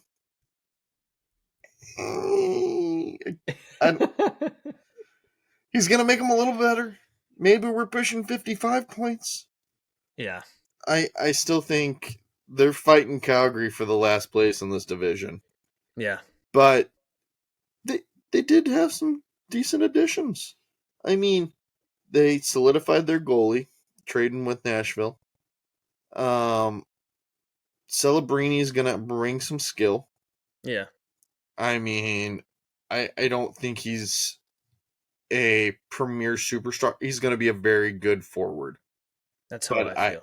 I don't think he's on the level of the Matthews and the McDavids of the world. So look for this team to improve, but we're still a long ways away. Yeah. From being a playoff team or being a team that's not in the bottom. So enjoy another top 10 draft pick. Use it wisely. I think you need to fix your defense a little bit more, but I'm interested to see what this San Jose team can do. Captain, though, we forgot to mention Lone Couture. Injury prone, getting old. I don't know how many more seasons he has in him. He's going to have to shift towards the bottom 6 before long and really believe your rookies are going to be able to step up. But what do you think, Mike? What's your take on Celebrini? Who you got as your breakout player? What are you kind of feeling for this team? Yeah. I feel the same way about Celebrini. I think he's going to make them better, obviously. But he's not more than just a really good player. He's Yeah. not a Connor Bedard. Connor Bedard is something different. Yeah. This kid Celebrini does not feel to me like Connor Bedard. He obviously doesn't have the same hype, that's for sure. Uh-huh. As for Logan Couture, I feel bad for him. He was always a bitch to play against, his little rat face. But he's fucking he was awesome for them, and I hope he gets to come back and play. I guess they're just kind of waiting until the training camp starts to really see how he feels. If they have to give the C away, they're not doing it this year. They'll let him retire or whatever, and then they'll wait a couple years and we'll see after that. Breakout player. an acquisition that you didn't mention yet, which obviously we'll talk about in season bit. Tyler Toffoli, dude. This Solid pickup. guy, so good. I think he's going to be your top point getter. Like, to me, he's way better than Granlund. But he's been all over the place. Since leaving LA in 2020, he's been on 6 fucking teams, which is crazy. This guy can't find a home. Yeah. But he's still been so good. I mean, 55 points last year with the Jets and the Habs, and he had 2 goals in the 5 playoff games he played in. But now he's in San Jose. Obviously, this is where they need him to kind of take a step back, find the role of veteran point getter, if that makes sense. And with them in a major rebuild, he's got to just look out for Celebrini and Will Smith, the 2 kids that are coming in, and just hopefully make them better around him, or hopefully they make him better. I think he steps up 10 more points than last year. He gets 65. Yeah. And he's their top point getter for sure. Yeah. Talking about guys that need to step up, I have Fabian Zetterlund. 25-year-old Swedish forward, coming off a decent season. I mean, he put up 44 points in 82 games. With that, putting up 24 goals and 20 assists. I mean, he came over in a deal from New Jersey. Really do like this player. He was a great player in New Jersey. But I think we're going to see another level of goal scoring for him this year. I'm looking for him to put up 30 goals. 30 goals and probably 20 assists. And he's come close in his past, and I think he's played first-line minutes since getting to San Jose. And it kind of helps when you're on a pretty bad team. About ice time comes a little bit easier. But pair him up with a Tyler Toffoli and maybe a healthy Logan Couture or a Celebrini. I think you got some potential. Or Granlund centering that line. I think Zetterlund reaches that 30-goal mark, and that may save them from being the last place in the division to second to last place. But I'm excited to see. He's another young guy that I would have loved the Blues to have a chance to have gotten him on the team, because great depth player, skill, big bodied. Excited to see what he brings to the table. Yeah. I think that's a good segue into how you see the season. Yeah, just keep on talking. Tell me what you Yeah, got. I think we're still in a rebuild. I think we're 3 to 4 seasons away before we really see like we're competing here in San Jose. Been really wise about how they use their draft picks. This GM's done a fantastic job, in my opinion, and I know people are all up in the air saying this team sucks. Yeah, sometimes you got to suck to get back to the top, and he's doing it the right way. He's spending money wisely, bringing in veteran players to kind of fill the gap, and then drafting strong. So look for this team to still be in a rebuild, probably another top 10 pick season, draft wisely, and just keep getting better. And the other thing we didn't talk about, they got Cody Ceci. Cody Ceci is going to help on that back end. And I think Cody Ceci potentially getting out of Toronto may benefit him. Less pressure, not as big of a market that's on his back. Look for a good season from Cody Ceci, and we'll see what San Jose does. Hopefully they're not losing 15 games in a row again, but we'll figure it out from here. Yeah, I agree. I think they're gonna be same, just not good. You mentioned Cody Ceci. He came from Edmonton, buddy, not Toronto. uh, My God. This is what happens. We full-time jobs, people. Remember, we keep telling you, listen, spread the word, so we can just do this full-time and we're not recording at midnight. Yeah, and Josh won't get that wrong. Anyways, I like the acquisition of CC and Toffoli and Askarov, as you mentioned at the very beginning from Nashville. You convinced him to come. You convinced him he's the guy. That's good. You have Will Smith and Celebrini convinced that they're going to play big minutes early in their careers. That's big. Yeah, it's Mike Greer, right? Yeah. he's doing it right. That's for sure. Yeah. He knows what it is. It's like in San Jose too. He's a great GM in that aspect as well. Reminds me of Alex Steen. Mm-hmm. Knows how to win in a city like that. Um, I think players are going to produce in the way that he wants them to. They're not going to be very good. That's just how it is for now. Hopefully, they can continue to build and build and build and draft good and be good again. Because I don't mind playing San Jose in the playoffs like we used to. It was a lot of fun. It It was. was a lot of fun. The one thing I will say before we kind of move on to Seattle, um, with playing these young guys heavy minutes early in their career, to a lot of people that sounds like a great idea because it's a great opportunity.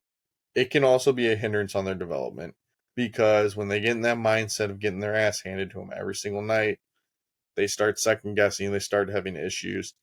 And I think that's why you have to hope that the Tyler Toffoli's can eat some of the major minutes every game because you can't just throw the Celebrinis into the deep end because some players will do great with that, but also you can't risk screwing up the development of your players either. Yeah. And that kind of reminds me of the difference between Celebrini and Connor Bedard. Yeah, Connor Bedard is in there because he is like Sidney Crosby. He is in the league to win, and that is it. He wants to win the greatest trophy in all of sports. That is what he's dreamed about. That's all he wants to do for the rest of his goddamn life. Celebrini, I feel like, is not that way in the mental, which is fine. He's going to be a fantastic hockey player in the for sure. NHL, but he's not going to be fighting for cups in a city like Chicago the way that Connor Bedard is. Yeah. Um, but we'll see how San Jose does this year. It's not going to be great. Hopefully Celebrini like just goes nuts. So I something would like love that. for him to prove us wrong and just come out and just be a freak of nature, but That'd we'll be pretty see. cool. We'll see. All right, Mikey, Seattle Kraken, how'd they do last year? Seattle, they had the same points as Calgary, 81 points. Jared McCann, top point getter with 62 points, 29 goals, 33 assists. Great two-way player. Sneaky good Mm-hmm. two-way player. Their captain recently signed to a 7-year big extension worth really cheap deal of under 8 million a year. He only had 37 points, 15 goals, 22 assists. Um, I'll just keep talking because he's my breakout player. Yeah. Matty Beniers, this contract is the stepping stone for him to becoming the Seattle Kraken. He's gonna retire as Seattle Kraken, in my opinion. He should be there forever. Oh, sorry. He just signed that 7-year, $7.15 million extension, Truly a bargain. which it's so big. Like I can't believe they got him for that cheap. I guess it's coming off a sophomore slump, right? Like Yeah, it they're has to like, be. hey, we need you, but we're gonna need you to step up too. Um, but it shows that Ron Francis and Seattle have faith in him, like, and the ability to step up as their number one guy. I mean, he's got the Yeah. C, you know. Uh, but he's definitely one of my favorites in the league. I need to get a Matty Beniers jersey. He just kind of flies under the radar. Speed, good hands, amazing vision on the ice. Kind of says, fuck, I hope he says, fuck you to that slump. He steps in, 30 goals, 60 plus points. And with the addition of Chandler Stevenson, makes more space for him to kind of do that. So, um, Seattle, a little step up, in my opinion. What do you Yeah. think? Who's your breakout player? Former Blue Vince Dunn, you know, has really stepped into his role there since losing him in that expansion draft. Um, he's averaging 23 minutes a night, first pairing, leading the power play, playing penalty kill, doing everything you want from a number one defenseman. So he's only 28. I 11 goals, 35 assists last year. I mean, look for him to push 23, 25 minutes a night. I think he gets 15 goals this season. and I think his assists drop down to maybe 25. But I think he's going to solidify himself as a premier top pairing defenseman this year. Not like he's really having to struggle to prove that. I think we've seen it over the last couple seasons, but look for Vince Dunn to really step in. And I think defensemen, when they hit that 28, 29, 30-year range, is when we really start seeing some of their best years. Much like forwards, the younger youth speed is really dominant. Defense, you want a little bit older. They get that grit, they know how to play, and then they get a little more respect from the officials throughout the NHL. So look for a good season for Vince Dunn. But Mikey, predictions for this Seattle Kraken team. We had talked earlier before we were on this podcast about what I thought, but what are you thinking? um, I think they make good moves. I like Chandler Stevenson. Um, and and we didn't even mention this guy, Brandon Montour. What a Yeah. pickup! Great signing. He knows how to win. And it just solidifies how Ron Francis wants to build this org. It's defense up. And as we know, and we've mentioned before, defense wins championships. You need a good, solid defense. And Seattle's working towards it, and I love it. Um, it was a big step forward. Gives them a little personality in the locker room, too.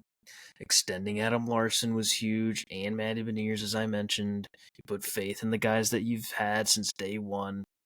I think it's a wild card team at Yep. most. They're kind of back to where they started a couple years ago. I don't know if they'll make it, but a wild card team. But to me, it's if Joey Decord, their goalie, can play a full season of just solid Yeah. goaltending. And then of course Beniers getting out of his slump. Solid defense. And like I just said, defense wins you championships. So Ron Francis, great job. Keep doing what you're doing. Yeah, I couldn't agree more. I love how Ron Francis has built this franchise. He, much to the opposite effect of Vegas, has built a franchise that will have longevity. Vegas has put all their chips. We're going all in on the blackjack table in Vegas. Seattle, we're just betting $5 at a time. And that's okay. Because long term, you're going to make your money. You're still going to have some winning games. I think long term, Seattle is going to be a middle tier team, which is fine. Competitive. You don't have to be the top end. You don't have to be the bottom. Ride that middle, sneak into some playoffs. That's what they're going to do. I have them as the wild card out of the specific team, battling with some other teams. But I think they're going to take a step. And I know this is a pretty big jump from 81 points. And I think you're going to have to put up 97, 98 points to make the playoffs. But I see them as a wild card team this year going in. And that's probably my biggest jump and hope and leap from last season. But look for Seattle to push for a playoff spot this year. Yeah. I like your analysis of things on them. I can't stop thinking about Ron Francis and the way he's built this team. It's so cool. Like the expansion draft, I was like, "You're not taking Vladimir Tarasenko?" Mm-hmm. Like, and then I'm like, "Oh, Vince Dunn is ready to do this." Like, and Yep. he stepped up and he got to play with like some big names back there. And then I was like, "Wow, Ron Francis knows what the fuck he's doing." And then they won a playoff series, so Yeah. um, and if they make it back, they could win another one for sure. We'll see. I'm excited for Seattle. I can't hate them. Hate Vegas, like Seattle. Yeah. And here's the thing. And I know a lot of Blues fans get frustrated with we let Vince Dunn walk. Guys, Vince Dunn was not going to have the opportunity that he was given in Seattle. He would not have had that here. And I know everyone's like, well, we gave Torrey Krug, we did Justin Fall. Yes, because they had the track record to back up being able to play in your top four. Vince Dunn was also going to have to get paid. So, Mm-hmm. in retrospect, sure, we would love to be like, we'd rather have kept Nico Mikkola, Vince Dunn, all these guys. That's part of the business. You win some, you lose some. I think Vince Dunn was a beneficiary of an expansion draft and getting some great opportunities. So only wish the best for Vince, and he's a gritty player, and we'll see what this Seattle team has to offer next year. Moving to the Vancouver Canucks. I mean, coming off a hell of a season, 109 points. JT Miller, stud, with 103 points, 37 goals, 66 assists. And their captain, Quinn Hughes. I love him. 92 points, 17 goals, 75 assists. The epitome of a two-way defenseman. I think a lot of people thought he was going to be one-dimensional as just a forward offensive-minded defenseman. He has really solidified the two-way defensive game, and I love it. And I think it'll be fantastic to see what this Vancouver team has coming into the season, and a number of players that can be breakout players for them. But I'm really interested to see what you have for Vancouver, Mike. Who's your breakout player this year? I had to think about this a little bit because they are a really good team. But the one thing that has been a weird question mark for them is goaltending. And from what I've been reading about Demko, he's struggling with injuries still. I think it's blood clots or something. Like he's got a blood issue. It sucks. Um, we saw Artur's Shelovs in the playoff last year play pretty dang good. But he wasn't like incredible, right? He wasn't like Swayman, where he just showed the fuck out and saved 95%. Like Yeah. he saved 90. He gave him a chance to, win a series. He's my breakout player because I don't think Demko is going to be playing this year. I got a weird feeling that they're going to be stuck with two really young goalies. Um, and I just don't know. I have a bad feeling about Demko and it sucks. He's gonna have to step up though. Shelovs. If they want him to be the number one, and they're not gonna be shopping for somebody to like split the load. Hint, Gibson is still sitting out there, folks. There's a multitude of teams that could pick up a Gibson I right now. know, and Vancouver has the assets to get him. Yep. And I'm glad you mentioned that. That was something I was gonna mention too. Vancouver's gonna have to think very hard about what they want to do if Demko can't play. Yep. Because Shelovs, he was a 2.62 goals against, pretty good, but he was only a .898 save percentage in his career. Yikes. 9 starts in total. I mean, not a huge load, but still under 90% through 9 games is meh. Then 10 playoff games, but he's still hovering around that 89% save percentage. If Demko can't play a full year and he needs to be healthy himself, Shelov hopefully steps up, it kind of maybe gives a little bit in the goals against, maybe up to a 3, but then he increases that save percentage up to like a 9-1. He has to. Yep. That will give Vancouver what they need to go back to where they were. They should probably think about shopping for something. Yep. If Shelovs is kind of shitting the bed. Yeah. I mean, only time will tell.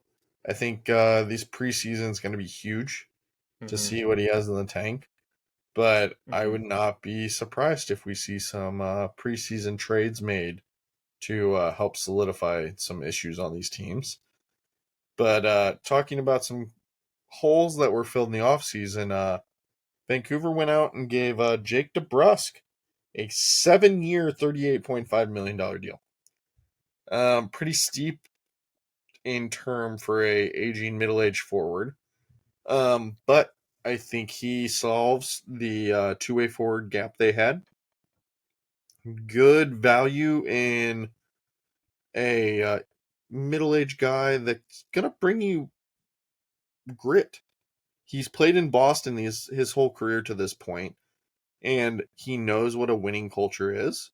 And I think the Edmonton, Alberta native is going to really step into his own. And I think for him, a change of scenery may benefit him. I mean, he's a former 14th overall pick.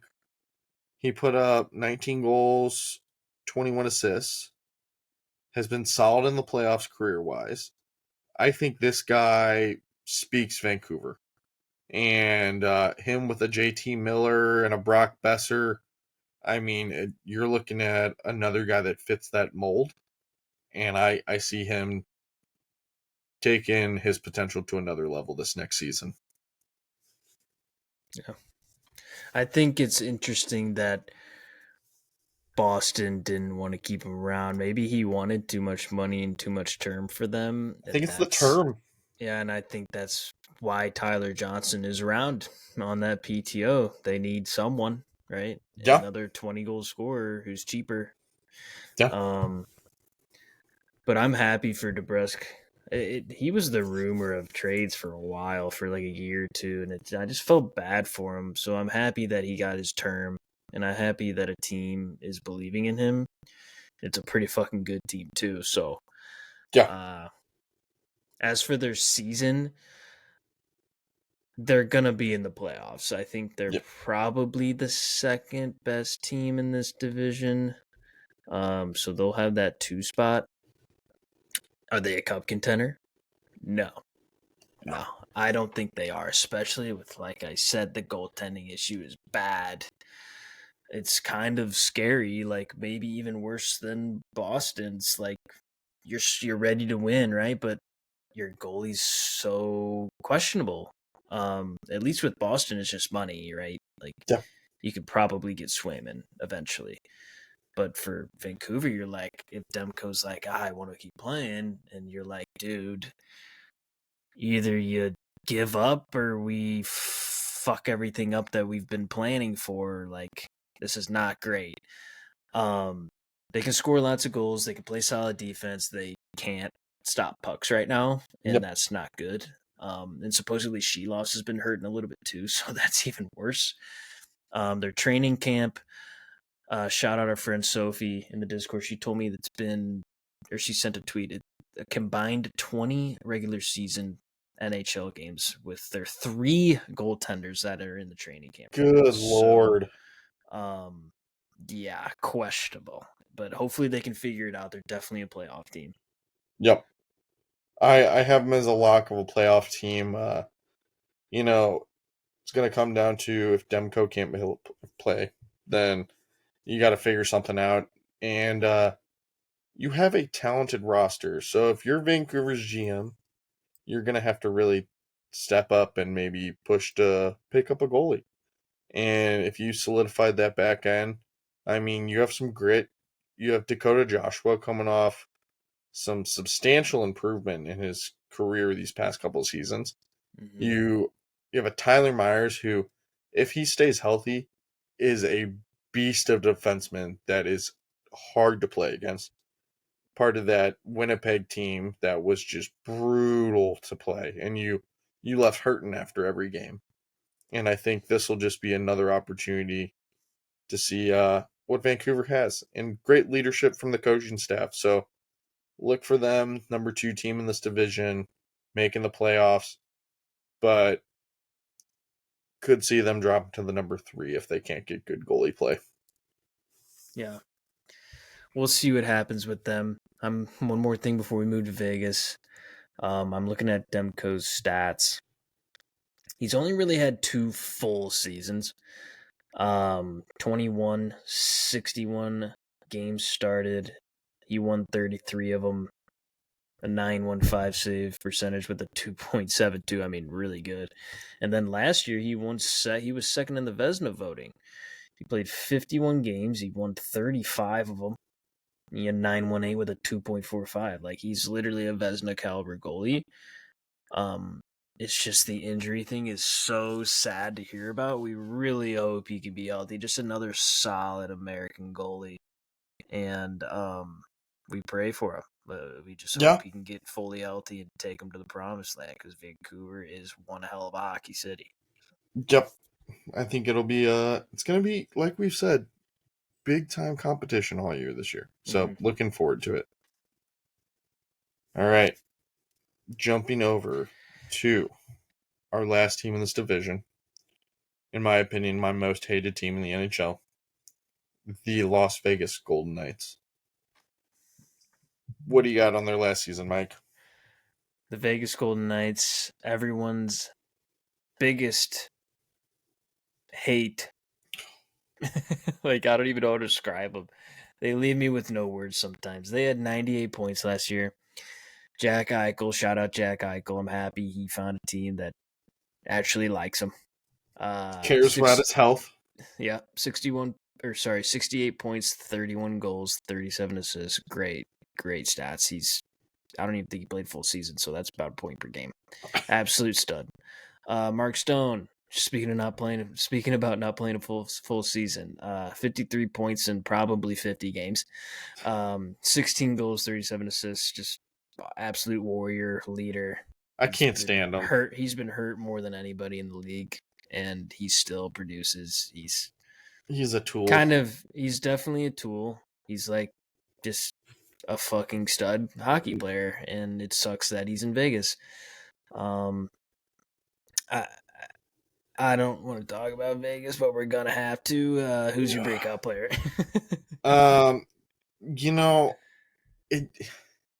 Looking at this team, there's a multitude of guys. You could say Stone could have a full healthy season and put up record points. Yeah, you could have Eichel say he's going to put up record points. But I picked Ivan Barbashev, who has found himself as the epitome of a versatile player. Can play center, can play wing, can play on your first line, can play on your fourth line, can play on your second line, can play on your third line. He is the epitome of a utility player. And he plays a physical game, plays a skill game. I think a lot of people don't give him enough credit for the skills and slick hands he has. He hurt when we lost him on the Blues. He is going to be playing the first line with Eichel this year. Posted 45 points, putting up 19 goals, 26 assists. I think he hits the 25 goal, 40 assist mark this year. And a lot of that has to do with playing major minutes with Eichel. A healthy season of Eichel will give Barbashev a massive rise in his offensive potential. So look for Ivan Barbashev to be a stud this season, and I really hope he is, because you hate Vegas, but you like some of those players, and Barbashev is truly, Barbie's just always going to be a big one in my heart. Yeah, he really screamed blue collar hockey when he was here. Everyone loved him. I hope he does well too, man. I love Barbie. He signed a pretty big ticket there too that we just couldn't afford at the time. I'm glad he won a cup with Petro again. I have Victor Olofsson, I think Good is how pick. you pronounce it. This guy, kind of like a sleeper, great player in Buffalo while he was there, and then I think he got hurt real bad and didn't play a full season. But now that he's on Vegas, he's gonna understand how to win and what it takes to win. And it's a huge opportunity for him to take advantage as long as he can stay healthy. For sure. A few of these Vegas guys are injury prone, so he's gonna have the chance to play first line minutes. And he's definitely a 20 goal scorer. He's done it before. So if he's on the first line with Eichel, just like Barbie, and everyone stays healthy, he's getting 20 after not getting 10 in the last 2 years in total. And he only signed for $1 million for 1 year, so I guess it's a little tester, little filler. But if he can score that way, that contract is a fucking steal. So I look at him. I hope he can do it. He doesn't seem like a player that really wants to. He almost reminds me of Kuznetsov, where he's just kind of there playing, or Kucherov, where he's just kind of there playing, and he's good, but he's not exerting 100%. So if he can figure out how to exert 100%, then he's tucking 20 or more, and it'll be fun to see how he does on the first line in Vegas. Yeah, if he puts it together, I think he has a good opportunity to be the premier player. I think a lot of people, he was a high up draft pick, so I think it's a aim low, miss low kind of on this guy. So we shall see what he brings to the table. Yeah, he had 7 goals in 51 games last year. But Just brutal stuff, man. Buffalo screws you up, man, though. We have seen this I know. with the Ryan O'Reillys. Let free up some players out of the purgatory of Buffalo, and then they find a new rejuvenated life. Yeah, and they win the cup. Hmm. Yeah. So Now, we'll see. going into my season predictions on this team, I think Vegas is in trouble. Ooh. Dislike to Seattle, who has built for the long run. Vegas went all in, Mm-hmm. has continued to go all in, spend stupid money, aging players, injury prone players, use the loophole, use long term injured list to just bank players, bank money on this LTIR. I think they are slowly shifting out of that window of being the premier team in this division. They barely scraped in as a wild card last year. Um, I have them as a borderline wild card team again. I don't think they did anything to get substantially better in the offseason. If anything, I think they stayed the same or got worse. Um, so look for this team to be a middle tier team, and I kind of love it. Like you're an expansion team, you weren't supposed to be that good out of the gate. It's stupid. Like it pisses me off. Um, but look for a middle tier team. I think this team traded away all their draft picks, traded away all their prospects to get all these players, and now it's biting them in the ass because they don't have that youth movement to come solidify and start filling in. And that's why that they don't have a solid bottom six, because you could fill your bottom six with players you've drafted, but oh wait, we've traded every fucking player away. So I'm interested to see what this team does. They're a star power team. I think they want to be like a Toronto that spends 30, 40 million on 3 players, but we shall see. In an aging defensive group, that is another big thing. They are getting old on the back end. So interested to see how this goes. Is Aiden Hill really your guy that can take you all the way? Another big question mark. I feel like Vegas probably has more question marks in my opinion, and maybe this is just me being a little biased in my dislike of them and not wanting them to succeed, but I think there's a lot more question marks to this team than positives. That's a good analysis. They are in a weird spot Yep. where they really did go all in. They won, and now it's over, man. Like, your first line is Eichel, Barbashev, Olofsson. What the fuck just happened to Yeah. you? Um, and then there's injury prone players, like I mentioned before. You have Tomas Hurdle, you have Mark Stone, you have Jack Eichel. Petro's starting to get hurt a little bit. Can Aiden Hill stay healthy? Like, you just got rid of Logan Thompson. Like, Stupid move. it's Aiden Hill. That's your guy. I mean, he seems pretty solid. I don't know. I think, like you said, they're bubble wild card team. But that is only because everyone else is getting better and they're just staying stagnant or getting worse pretty Yeah. much. And it was their own wrongdoing.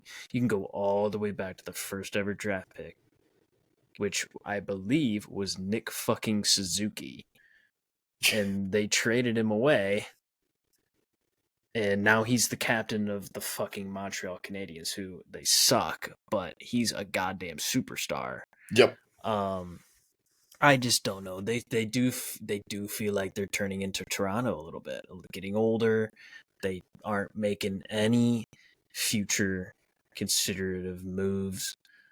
Um, I don't know if They're they stay constantly if they stay healthy, they fight for it, right?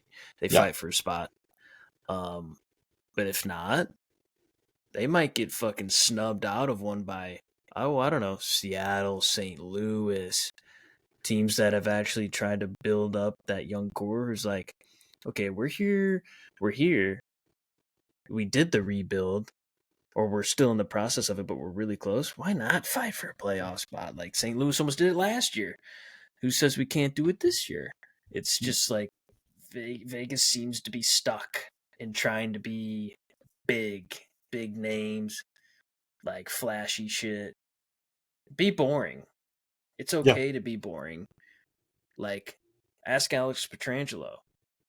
He played with Jay Bomeister, the most boring fucking hockey defenseman ever, and they won a Stanley Cup together as the top pair. So I don't know. I don't know why they decided to go all in like the way they did after they won a Stanley Cup the way they did. Um, it's very, very interesting, and now they have no fucking draft picks. Yeah. And I'm really concerned for them as a fan of the game that they might just suck. Like, what are they gonna fucking do? I don't Yeah. know. And I think it'll be a interesting race that we have going this year. And like we've talked, it's exciting because there's a lot of unknown. And maybe to us, we think Vegas is not going to be as good of a team. Vegas may prove us wrong. They may bounce back and be a good team. But I think a lot of other teams have improved more than this Vegas team. Vegas team has either stayed put or gone in the wrong direction with losing Chandler Stevenson, Mastersalt. He's gone. Like, the only key addition you have here is Noah Hannafin. So that's your one youth movement you got. So interested to see how this will all shake out. Good breakdowns of the Pacific Division. But I can't wait to see how this season goes. We're almost there. I can taste it. I'm ready for these playoffs, not playoffs, this regular season to get going. I'm ready to see how this playoff picture shapes up as the season gets going. Yeah, next week is kind of the start of it, man. That's when people start going on their preseason trips. Like the Blues, they'll be in Dallas on the 21st, which is about, what is that, 6 days? I don't Yeah. know. It's like less than a week away, which is pretty fucking awesome. And then we'll be in the arena a week after that. It's really starting to come close to us. And I just cannot wait to like feel the cold of the ice in the Oh my arena and gosh. hear the stick taps and the players yelling at each other and the fans screaming and beer flying and popcorn flying. Like, it's just like a big barn of craziness, and that's what makes our sport so amazing. Um, Another great job, Josh. That was Yeah. a long fucking Long episode. one, If you but guys stuck around, thank you. Um, we, if you do, you want to show to the camera, Josh? yeah. Went out and we ordered some business cards with a little barcode on them. We're gonna try and hand them out at the preseason training camp practices to people. Hey, here you go. Put them on a urinal in the bathroom at a bar. Who gives a shit? Pick one up, scan it, follow us, listen. We We're love you looking forward to it, guys. guys. It's, Yeah. we're doing this for just to have fun talking about hockey, but we are doing it in hopes that we can bring some knowledge to those who are not big hockey fans and help them love the sport that has brought us together since we grew up together, since third grade when we met. It's been a monumental thing in our friendship, and it's cool to see how it's kept us together over the years. Along with those business cards, we did get some stickers printed. They're just little ones. So be on the lookout. We'll try to start getting some stickers out, and I'm hoping to start getting some more stuff as we grow and really see the impact we can have on our Yeah. hockey community. So we look forward to seeing you guys in our next podcast. And thank you again from deep down. We love all of you guys and those who have been with us since the beginning. I know we're still pretty early into this, but we're trying to get better each week and excited to see where this takes us because Lord knows we can ramble about hockey for hours, and clearly we did it today. But we're looking forward to the future, guys. And once the season gets going, it's going to get more exciting. So thanks again. We appreciate you guys. We love you. Mike, always a pleasure. I'll see you next time. Much love, dude.